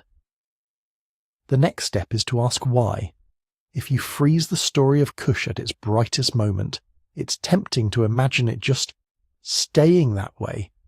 Pyramids on the horizon, iron furnaces glowing, caravans coming and going, queens and kings presiding over a stable order blessed by the gods. History doesn't work like that. Empires don't usually fall for one reason. They fray, they get squeezed, they adapt until they can't, and what comes after often looks less like a clean break and more like a long, messy rearrangement of the same people, the same land, under new rules. Kush is no exception. Start with the environment. For centuries, the stretch of the Nile that Kush controlled gave it a stable backbone. Floodplains, pasture, access to the savannas and the Red Sea fringe. But climate isn't a background painting. It moves. Geoarchaeological work around Meroë and further north suggests that, over the late 1st millennium BCE and into the 1st centuries CE, the region got drier overall. Not a Hollywood one day it rained, the next day it didn't, but a slow ratcheting. Rainfall patterns shifting, some tributaries becoming less reliable, grasslands retreating, tree cover thinning. Now add people to that. Kush had spent centuries exploiting its landscape hard. Forests near Meroë were cut for fuel, iron smelting eats wood like a furnace eats coal, herds grazed the margins, fields were opened and reopened along the river. Some scholars argue that this long, intense use of land around key cities contributed to local degradation. Fewer trees, more erosion, less resilience when the climate turned against them. We don't have a signed confession from a Meroitic official saying, "We cut too many trees, that was on us." What we do have are thick layers of slag from furnaces, evidence of industrial-scale metallurgy, and signs that some areas around the city became more arid over time. One plausible picture is a feedback loop. Climate dries, people push the land harder, the land pushes back. At the same time, Kush's economic world was being redrawn. For a long stretch, Kush sat in the middle of north-south traffic. Gold, ivory, animal skins, exotic woods, and enslaved people moved up the Nile toward Egypt and the Mediterranean. Manufactured goods and prestige items came back down. Control the river corridors and overland routes and you could tax, skim, and sometimes monopolize that flow. Then the map shifted sideways. By the last centuries BCE, sailors in the Red Sea and Indian Ocean were learning new tricks. Hellenistic and then Roman merchants figured out how to use monsoon winds to sail directly between Egyptian ports on the Red Sea and harbours in Arabia and India. Instead of inching along coastlines and relying entirely on overland middlemen, They could cut across open water in big seasonal arcs. That was catastrophic for old business models. Goods that had once trudged overland through Nubia could now bypass the interior entirely. Aromatics, spices, fine textiles, even some African exports began to move along east-west sea lanes and Red Sea coastal routes, rather than up and down the Nile. Ports in what is now Eritrea, Yemen, and the Horn of Africa became crucial nodes. Inland powers like Kush suddenly found themselves competing with coastal players in a game whose rules they hadn't written. Rome and later Byzantium made that worse and better at the same time. On one level, Roman demand for ivory, animals, and luxury goods kept African exports profitable. Texts like the Periplus of the Erythraean Sea describe trade with Ethiopians on the Red Sea coast and beyond.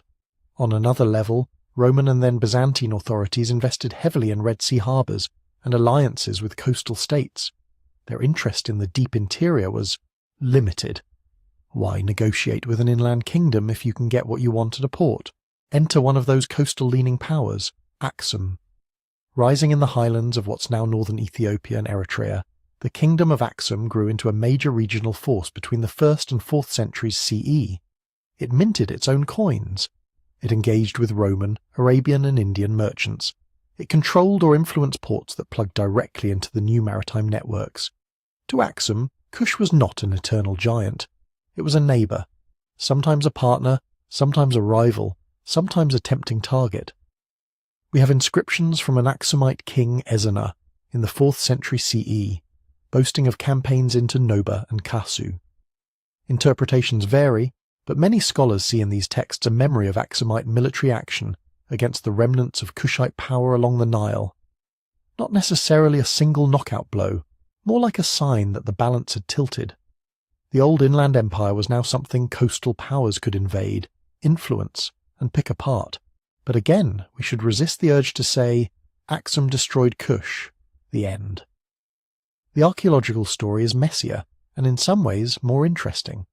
If you walk through the material record of the late Meroitic and post-Meroitic periods, you don't see an empire standing strong one year and vanish the next. You see fragmentation.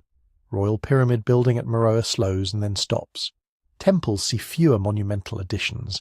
In some regions, monumental tombs shrink, while elaborate graves pop up for people who don't seem to be central state royals. That suggests local elites gaining relative power as the old central court loses its grip. Burial practices shift. In the heartland, you move from classic Meroitic pyramids and chapels to smaller tumuli, earthen mounds, often with distinctive grave goods that mix old motifs with new styles. In some areas, grave orientation changes.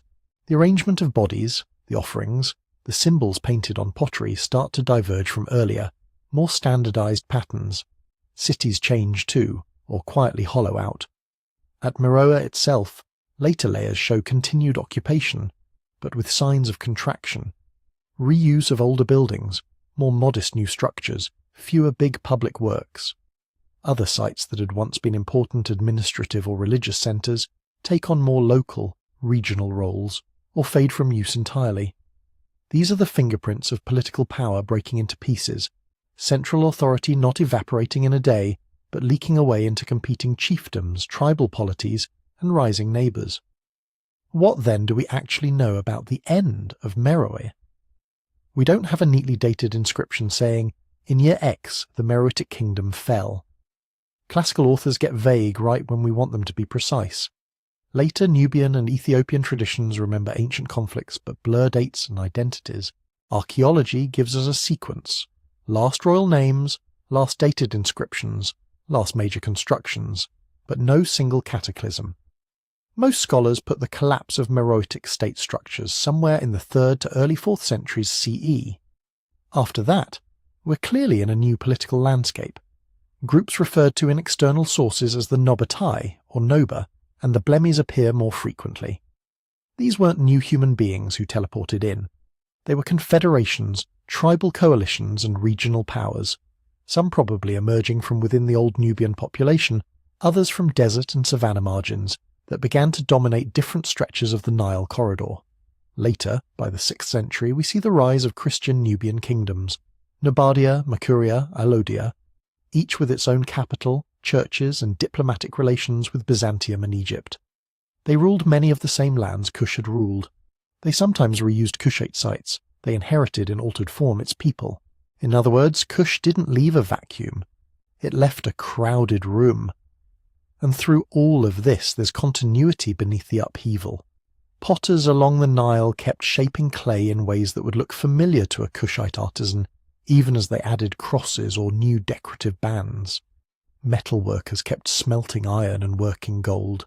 Some motifs, lions, certain geometric patterns, particular ways of rendering human faces, persist in local crafts well into the Christian period.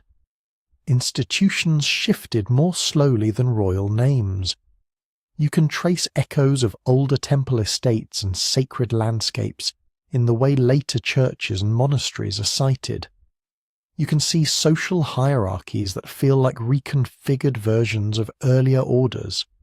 Local nobles, warrior elites, clergy claiming moral authority, villagers navigating between them. The languages spoken along the river evolved, absorbed new elements, but they didn't reset to zero when the last Meroitic scribe put down his pen. Even religion, which seems to turn sharply when Christianity arrives, likely carried forward subterranean continuities.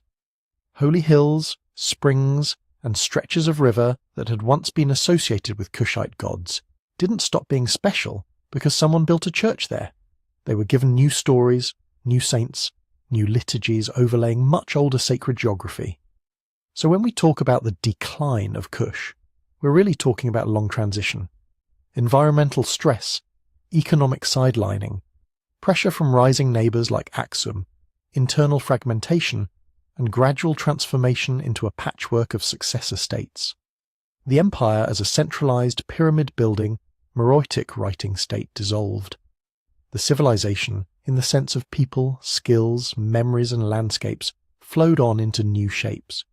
Yet, somewhere along that journey, something else happened. The world not only watched an empire change, it forgot that empire had ever really been there. Later writers folded its memory into vague Ethiopias, misnamed its ruins, or ignored them altogether. Modern scholars, reading mainly Greek and Latin, looked right past it. Decline is one thing. Political systems are born and die all the time. Erasure from history, that takes a different kind of power. And that's the next part of the story. Erasure starts with something simple. People stop speaking your language. Not all at once. There's no day when a herald rides through Meroë and says, "From now on, please switch to Greek, or Coptic, or Old Nubian, thank you." It happens at the edges first. Traders who once did business in Meroitic, or in earlier Nubian dialects, realize that if they want better deals in Egyptian ports, they need to haggle in Greek. Priests who once recited hymns in the words of Kerma and Napata now add Christian prayers in Coptic or Greek, or later Old Nubian. Parents who want their children to succeed push them toward the languages of power. And the script, the visual skin of that language, goes with it. Somewhere in the last centuries of Kush, a scribe sat down to write in Meroitic for the last time. Maybe he was recording an offering, maybe a legal agreement, maybe a prayer. Then, for reasons we still don't fully understand, nobody trained a replacement. We know this because Meroitic writing just stops. Inscriptions get rarer, then vanish. The last dated use is around the 4th century CE. After that, stones are carved in other scripts, other tongues. Meroitic becomes a language without scribes, then a language without readers, then a language that exists only as a ghost in place names and loanwords. To everyone living through it, this is just generational shift. To historians 1,500 years later, it's a catastrophe. Because now we have text, but no voice. We see lines of Meroitic carved on temple walls, stelae, funerary chapels. We've figured out what the letters sound like thanks to the work of scholars comparing them to Egyptian and using bilingual inscriptions. But we don't know the vocabulary well enough to actually read it fluently. Imagine having hundreds of pages of Roman history in Latin, but nobody on earth can understand Latin. Dates, king lists, local laws, religious hymns, diplomatic correspondence, all there, but locked behind a code you can only partly crack. That's what the loss of a language does. It doesn't just cut the past off from the future, it gives later storytellers room to fill the silence with whatever they want, and those storytellers were not Kushites. For most of the last 2,000 years, the people who wrote the texts that defined world history weren't living in Nubia. They were in Alexandria, Antioch, Constantinople, Rome, later in Paris, London, Berlin. They wrote in Greek, Latin, and then in European languages. They pulled their raw material from the libraries and anthologies they had, which overwhelmingly preserved Greco-Roman perspectives. So when your main narrative sources about Northeast Africa are Herodotus, Strabo, Pliny, and later Byzantine chronicles, the camera is pointed in a very particular direction. From their vantage point, Kush is never the main character. At best, it's a supporting role in Egypt's story, or a backdrop in Rome's. A place that sends gold, elephants and warriors. A land of Ethiopians on the far side of the cataracts. Impressive, exotic, but not an empire with its own long history and internal logic. Layer on top of that a problem of labels. Ancient Greek and Roman writers loved big, vague geographic buckets. Ethiopia could mean almost anything south of Egypt. Nubia, the Sudanese Nile, parts of the Horn of Africa, even Yemen in some texts. Nubia itself is a term that hardens later and gets applied backward across centuries of different states and cultures. Kush, or Kush, appears in biblical and other Near Eastern sources, but what territory it points to shifts over time. Then you have Egyptian, a word that to many early modern scholars swallowed everything along the Nile. If you're a European classicist in the 18th or 19th century, reading Latin and Greek and looking at ruins, it's easy, dangerously easy, to lump distinct African polities into a blur. Temples south of Aswan must be Egyptian influence. Pyramids somewhere beyond, probably degenerate Egyptian copies. Inscriptions you can't read. Conveniently, they don't get to speak for themselves. Mislabeling becomes its own kind of erasure. When a Kushite king rules Egypt and sits on the throne at Thebes, Greek writers call him Ethiopian, or just another Egyptian king. When Meroë is described, it's often as a distant city of Ethiopians with queens, not as the capital of a long-standing state. Later, when scholars go hunting in text for great civilizations, they search for familiar names: Egypt, Rome, Greece, and anything that doesn't fit those categories slides into the margins as regional background. By the time modern European historians built school curricula, the hierarchy was locked in. Greece is the cradle of philosophy, Rome is the model of empire and law, Egypt is the exotic ancient neighbour whose monuments wow classical tourists. Nubia and Kush? Maybe a sentence or a footnote, usually framed as southern neighbours of Egypt, or tribal kingdoms on the frontier. All of this might have been corrected earlier if Kushi archives had survived, but papyrus rots, leather cracks.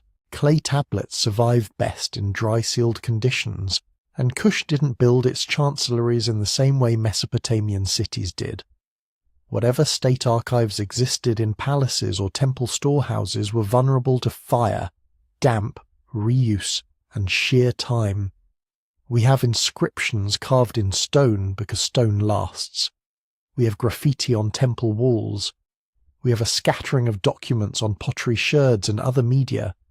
But the equivalent of a royal library at Meroë, if it ever existed in a centralized way, is gone, and that absence creates a power vacuum. When your own records vanish, other people's records become the default truth. Egyptian king lists remember the 25th dynasty as a Kushite episode in their story. Roman authors mention Ethiopian wars in passing. Medieval Coptic and Arabic chronicles fold older memories into religious frameworks. Everybody is talking about you, but almost no one is preserving what you said about yourself. Then the physical landscape joins in the forgetting. Ruins don't sit untouched waiting for modern archaeologists. They get quarried, reused, flooded, looted. For centuries, villagers along the Nile reused ancient blocks as building material. Pyramids and temples in Nubia, like their cousins in Egypt, were convenient sources of dressed stone. Tombs were robbed in antiquity, and again in the early modern period, treasures melted down or scattered into private collections with no records of origin. In the 20th century, massive dam projects on the Nile, at Aswan and elsewhere, created reservoirs that drowned whole stretches of ancient landscape. International salvage campaigns rushed to document and move monuments, but priorities were uneven. Egyptian temples and pharaonic sites received enormous attention. Nubian and Kushite sites did get rescue work, but many smaller cemeteries, settlements, and unexcavated mounds disappeared underwater forever. Even where sites were dug, early excavation practices did damage. 19th and early 20th century archaeologists often arrived with a treasure hunter mindset. They focused on big, impressive objects, statues, gold, painted walls, stratigraphy, small finds, organic remains, things that tell you about everyday life and slow change, received less care, if any. In Nubia, foreign missions sometimes cut massive trenches through cemeteries, cleared pyramids quickly, and shipped key finds to museums in Europe without detailed context. Pottery was tossed aside, burial goods separated from their positions, inscriptions removed from the surfaces that framed them. Nobody was deliberately trying to erase Kush. They were just working within a system that valued trophies over understanding. But the effect is similar. Layers of meaning scraped away. Then colonial ideology adds one more, corrosive layer. As European empires took control of Sudan and Egypt, they brought with them a set of assumptions about Africa. That advanced civilization was something that came from outside, that complex states south of the Mediterranean must be derivative, copies, offshoots, or accidents caused by contact with supposedly more civilized peoples. So when scholars in the late 19th and early 20th centuries looked at Kush, many framed it as an extension of Egypt, or as a brief flare caused by Egyptian influence that never quite became civilization in its own right. Ironworking, surely imported, monumental architecture, Egyptian imitation, writing, a peripheral script, interesting but secondary. This narrative was convenient. It kept the mental map simple. Civilization radiates out from a handful of centres, Greece, Rome, Egypt, later Europe, and everywhere else reflects or receives.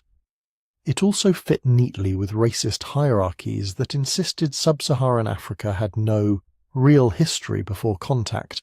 Strip away language, mislabel the ruins, let your own archives rot, allow external observers with their own biases to define you, and then let colonial ideology file you under derivative. That's how a civilization gets erased. Not because it wasn't there, because layer by layer, its ability to speak for itself was smothered. But erasure is never perfect. In the last few decades, you can see the script flipping.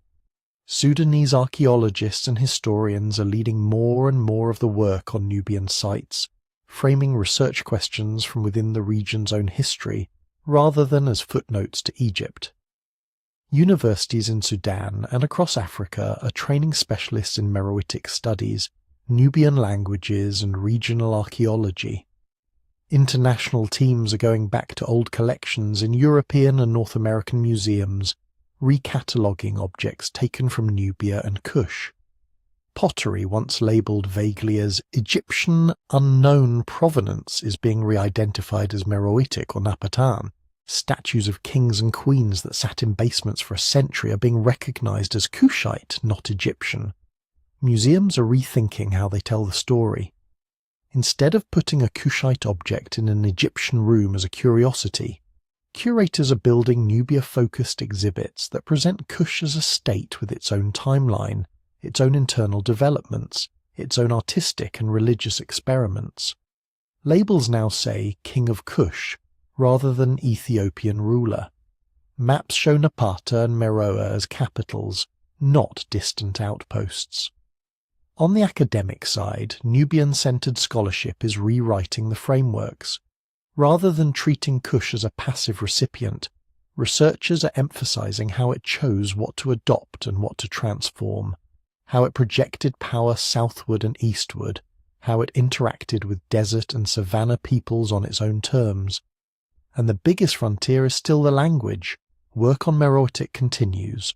Linguists are comparing it with modern Nubian languages, Nilo-Saharan families, and neighbouring tongues, trying to build a better dictionary, to move from "we can pronounce this" to "we can understand this."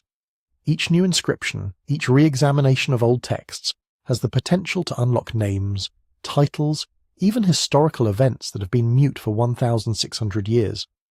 We're still missing huge pieces. We don't yet have a full Kushite royal chronicle, detailed economic records, or a clear sense of how everyone from farmers to priests experienced the empire.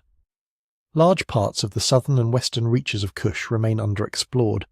Under reservoirs, beneath modern villages, in unexcavated mounds, there are likely archives of pottery, bones, and maybe even texts waiting.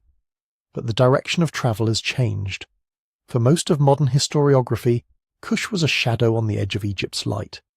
Now, the spotlight is slowly swinging south.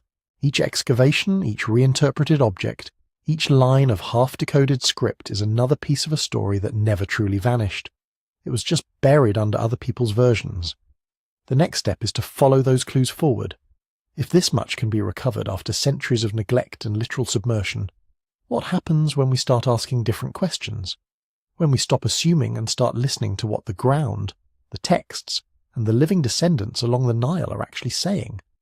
That's where we turn next, to the evidence we have today, and to the mysteries that still make Kush one of the most intriguing and stubbornly resilient empires in human history. So, standing in the early 21st century, what can we actually say with confidence about this empire that was supposed to be a footnote and keeps refusing to stay small? Start with what's nailed down by multiple independent lines of evidence. We know Kush was not a local kingdom hugging the riverbank. The sheer spread of its monuments tells us that. Napatan temples and cemeteries stretch over hundreds of kilometres of Nile Valley. Meroitic sites push farther south and east, toward the Butana Plain and the Ethiopian highlands. Fortified outposts and way stations dot desert routes that lead into Chad, Darfur and the Red Sea Hills. That's not the footprint of a village chiefdom, that's infrastructure. We know Kush wielded serious military power. Egyptian reliefs don't just gripe about southern raiders, they show organised armies, chariots, archers, standards. Assyrian and later Greco-Roman sources talk about Ethiopian forces fighting as far away as the Levant and the Red Sea coasts.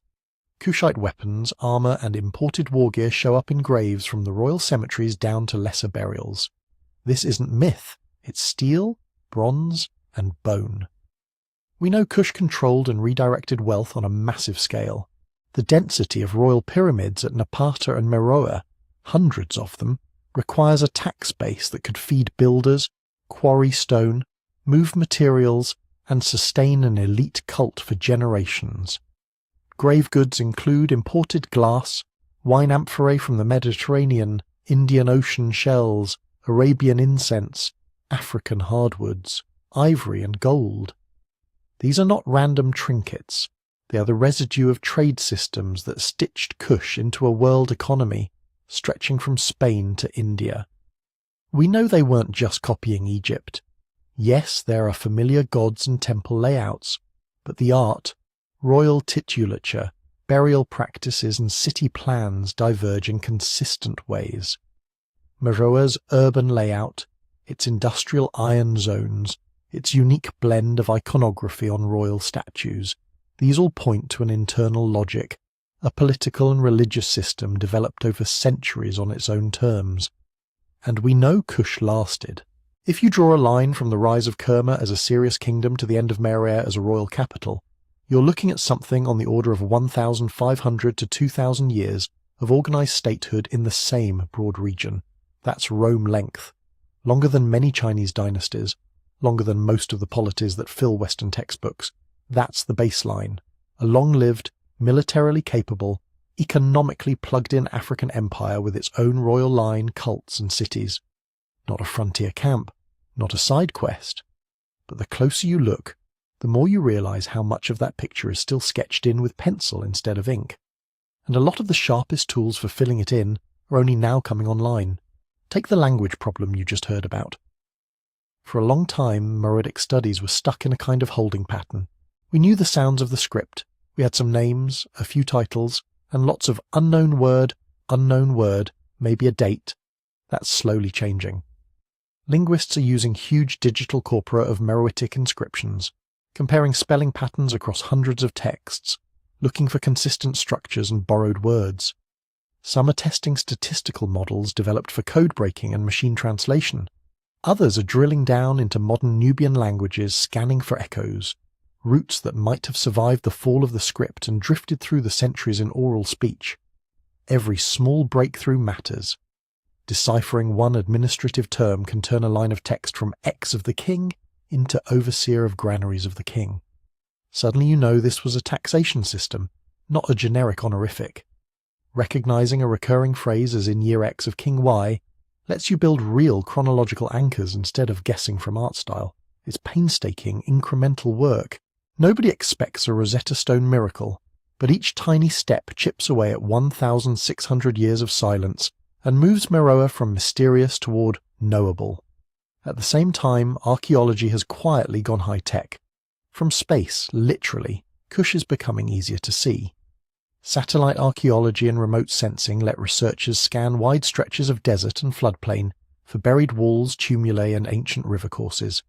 Subtle differences in soil moisture, vegetation, or surface colour can reveal the outlines of forgotten towns, fortlets, and cemeteries. In the last 2 decades, dozens of new sites associated with Kushite phases have been identified this way, far beyond the handful of famous royal centres.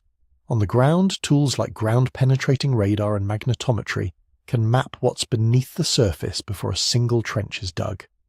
That matters enormously in Nubia, where time, funding and political conditions limit how much you can excavate.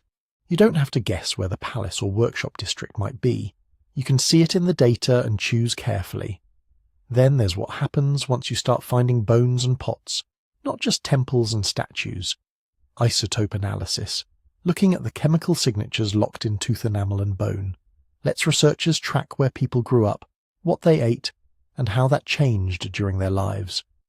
In Kushite cemeteries, this can distinguish locals from migrants, high-status diets from everyday ones, farmers from pastoralists. You can suddenly test questions that used to be vague hand-waving. Were Kushite armies filled with conscripted locals, or did the kings rely on mobile desert groups? Did the elites at Meroë live off Nile grain and imported wine while villagers ate sorghum and millet? How far were people moving along the empire's north-south axis in a single lifetime? Refined dating techniques add another layer. Radiocarbon dating keeps getting more precise. Thermoluminescence and other methods help date ceramics and fired bricks.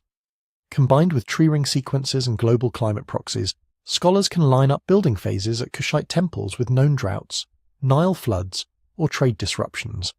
Instead of saying, somewhere in the late Meroitic period, you can say, this fort was built within a few decades of that Roman campaign, or this shift in burial practice lines up with a regional arid phase. Cause and effect remain tricky, but the timelines get tighter. All of this data doesn't just fill in trivia, it sharpens the big questions. Population size, for example. How many people actually lived within Kush at its peak? Were we talking 500,000? 2 million? More? The answer changes how we understand everything from agricultural surplus to military capacity. Right now, estimates are rough, but as more settlement sites are mapped, as more rural cemeteries are counted, as more environmental reconstruction show how much land was cultivable in different centuries, those numbers will get less fuzzy. Kush may turn out to have been more densely populated than once assumed, or we may find a thinner core tied to large belts of semi-nomadic allies on its fringes. Provincial governance is another open frontier. We know kings and kandakes ruled from Napata and Meroë.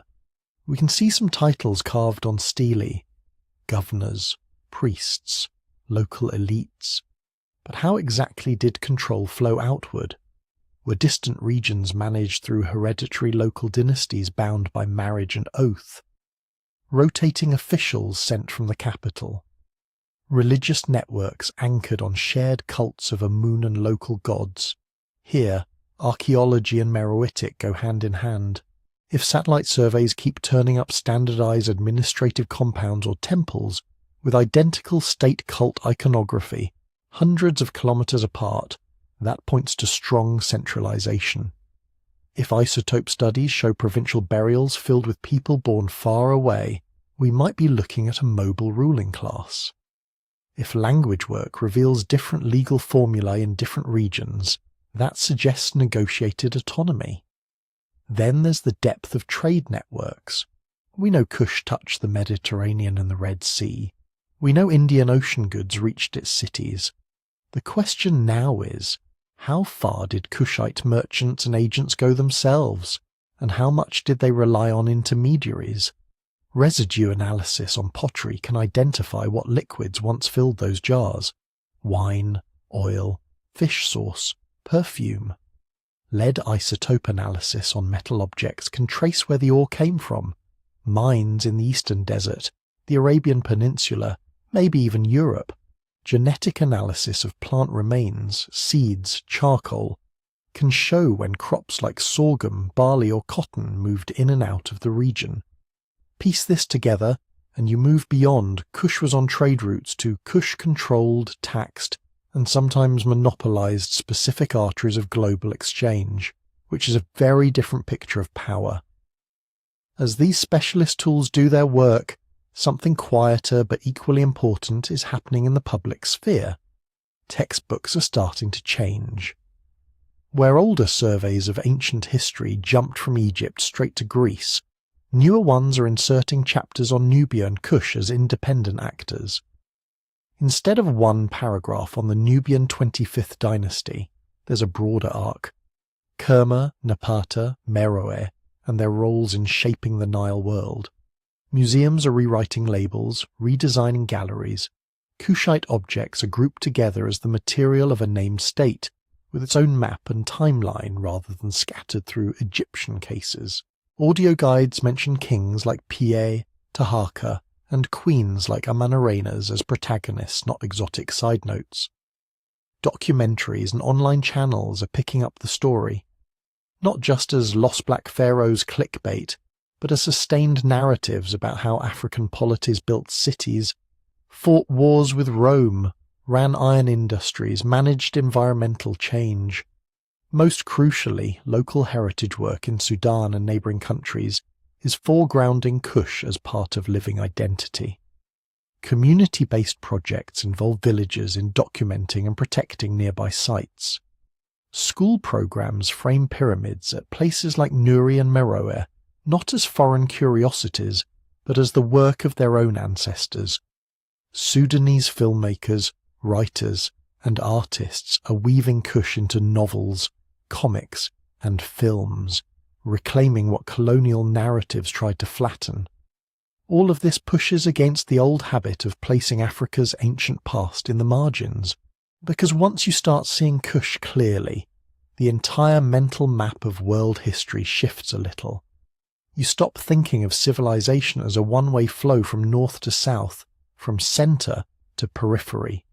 Instead, you see a network of interacting powers, a Nile empire in Nubia trading ideas and goods with Egypt, the Levant, Arabia and the Savannas, a kingdom that helped shape the religious landscape of the region, a state that Rome had to negotiate with, not simply conquer.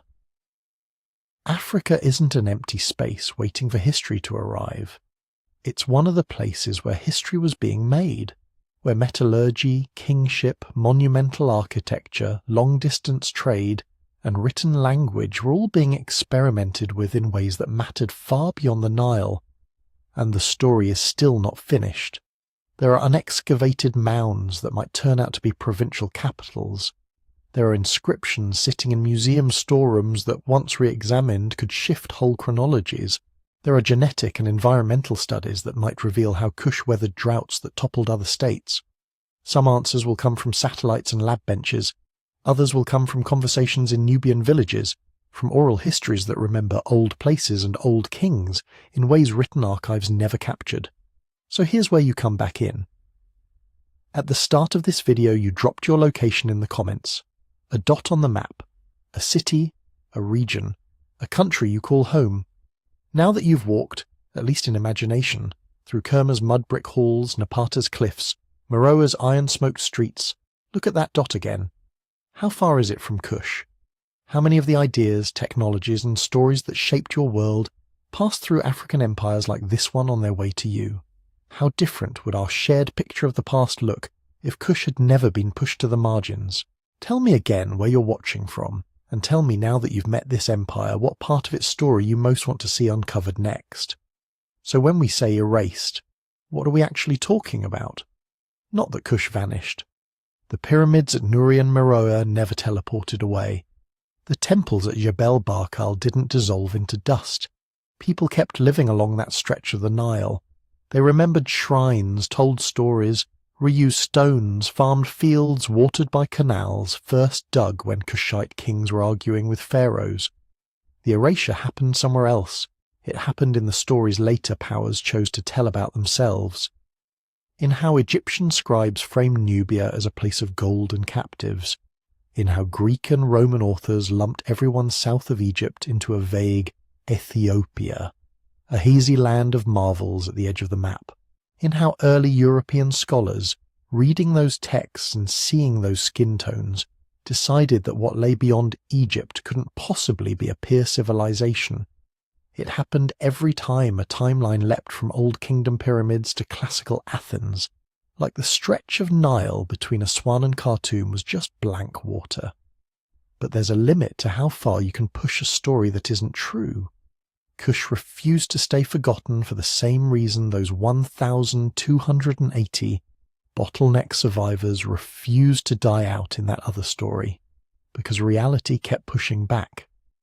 A French soldier in the 1820s notices pyramids in Sudan that aren't quite like the ones at Giza. 19th century explorers bring back sketches of ruined temples that don't fit the neat Egypt then nothing narrative. 20th century archaeologists dig at Kerma and realize they are not looking at an Egyptian fort, but at an independent capital that predated some of Egypt's own greatest moments. Piece by piece, the silence tore. Kerma, the first great Nubian kingdom, comes into focus. Massive mud brick halls, royal tombs, a court that could treat with Egypt on nearly equal terms, and, at times, beat it back. Napata rises on the stage, the city where Kush turned the tables, sent armies north, and wore the double crown as pharaohs of a united Nile. Meroë follows. Iron furnaces, scribes carving a script no one else could read, merchants running caravans that stitched together Central Africa, the Red Sea and the Mediterranean world. Same region, same broad cultural continuum, but not the same story on repeat. What ties them together is not a single unbroken dynasty, but a long arc of resilience. A kingdom at Kerma learns how to harness the river and the desert, how to organize labor, how to project power upstream and down.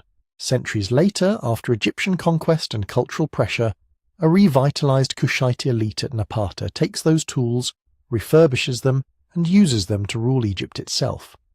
When changing trade routes and politics make the old heartland less viable, the center of gravity shifts again, downriver to Meroë, where iron's smelting, new gods, new titles, and a new script grow from older roots. At every step, Kush is absorbing shocks that would have shattered smaller polities. Foreign invasion, climatic swings, shifting trade hubs, internal change. Instead of disappearing, it morphs, it experiments, it keeps a thread of kingship, cult, and language running through nearly 2,000 years. That's what makes the comparison to Rome meaningful, not in the sense of identical institutions, but in the sense of scale, duration, and geopolitical weight. You had an African empire that at various points could dictate terms to Egypt, could sit across the table from Ptolemaic rulers and Roman prefects and say no, and back that refusal with fortresses and archers. an empire that sent embassies and probably gifts to the same Mediterranean world that was writing the sources we still rely on. Kush wasn't a rumour at the edge of someone else's map. It was a named player in the game. It negotiated with Rome, traded with Rome, and when negotiations failed, it fought Rome and survived. So when we talk about Kush being erased, hold both truths at once. On the ground, the empire left so much behind that modern tools can reconstruct its skeleton. City grids, necropolises, trade arteries, royal genealogies stretching from Kerma's tumuli to Meroë's crowded pyramid fields. In the record, though, a lot of that was flattened, reduced to a line about Ethiopians in a Roman war report, squeezed into a footnote under an Egyptian king list, filtered through colonial assumptions that couldn't imagine black African states as anything but peripheral. The work happening now, those satellite surveys, isotope studies, linguistic analyses, is not just about adding new facts. It's about reversing that flattening, giving names back to unnamed rulers, restoring agency to regions that were written as scenery, and you're part of that process. Every time you watch, read, or talk about Kush as an empire with its own timeline, you're helping shift the baseline of what ancient history even means. You're making it a little harder for the next textbook or documentary to pretend that nothing important happened between Aswan and the Sixth Cataract. So, now that you've walked the arc from Kerma to Napata to Meroë, I want to hear from you. What in this story surprised you the most? Was it the idea that Kushite kings once ruled as pharaohs of Egypt? The fact that Meroë was running a full-blown iron industry while Rome was still figuring out its frontiers? The thought of Candaces negotiating and clashing with Roman governors on essentially equal diplomatic footing. And where are you listening from? Drop your city or region in the comments again. I love seeing all the dots on the map when we're talking about a past that belongs to all of us. If you'd like to go even further back, beyond Kush, beyond Egypt, into the deep prehistory of our species and the kind of survival story you heard in that bottleneck excerpt, there's a book I wrote about those prehistoric secrets. You can read more about it or pick up a copy at sleepytimehistory.com. It dives into how a few thousand fragile humans almost didn't make it, and how that crisis shaped everything that came after. And if this journey through a not-so-forgotten empire was worth your time, it genuinely helps when you like the video, subscribe to the channel and leave a comment. Tell me what you want to explore next. More on Nubian queens, the Aksumite kingdom across the Red Sea, trans-Saharan trade before Islam. Kush refused to stay erased because the evidence was always there, waiting for someone to pay attention. Now that you've seen it, the question is, what other missing empires are still hiding in plain sight just outside the borders of the stories we were taught? We'll find them, one forgotten chapter at a time.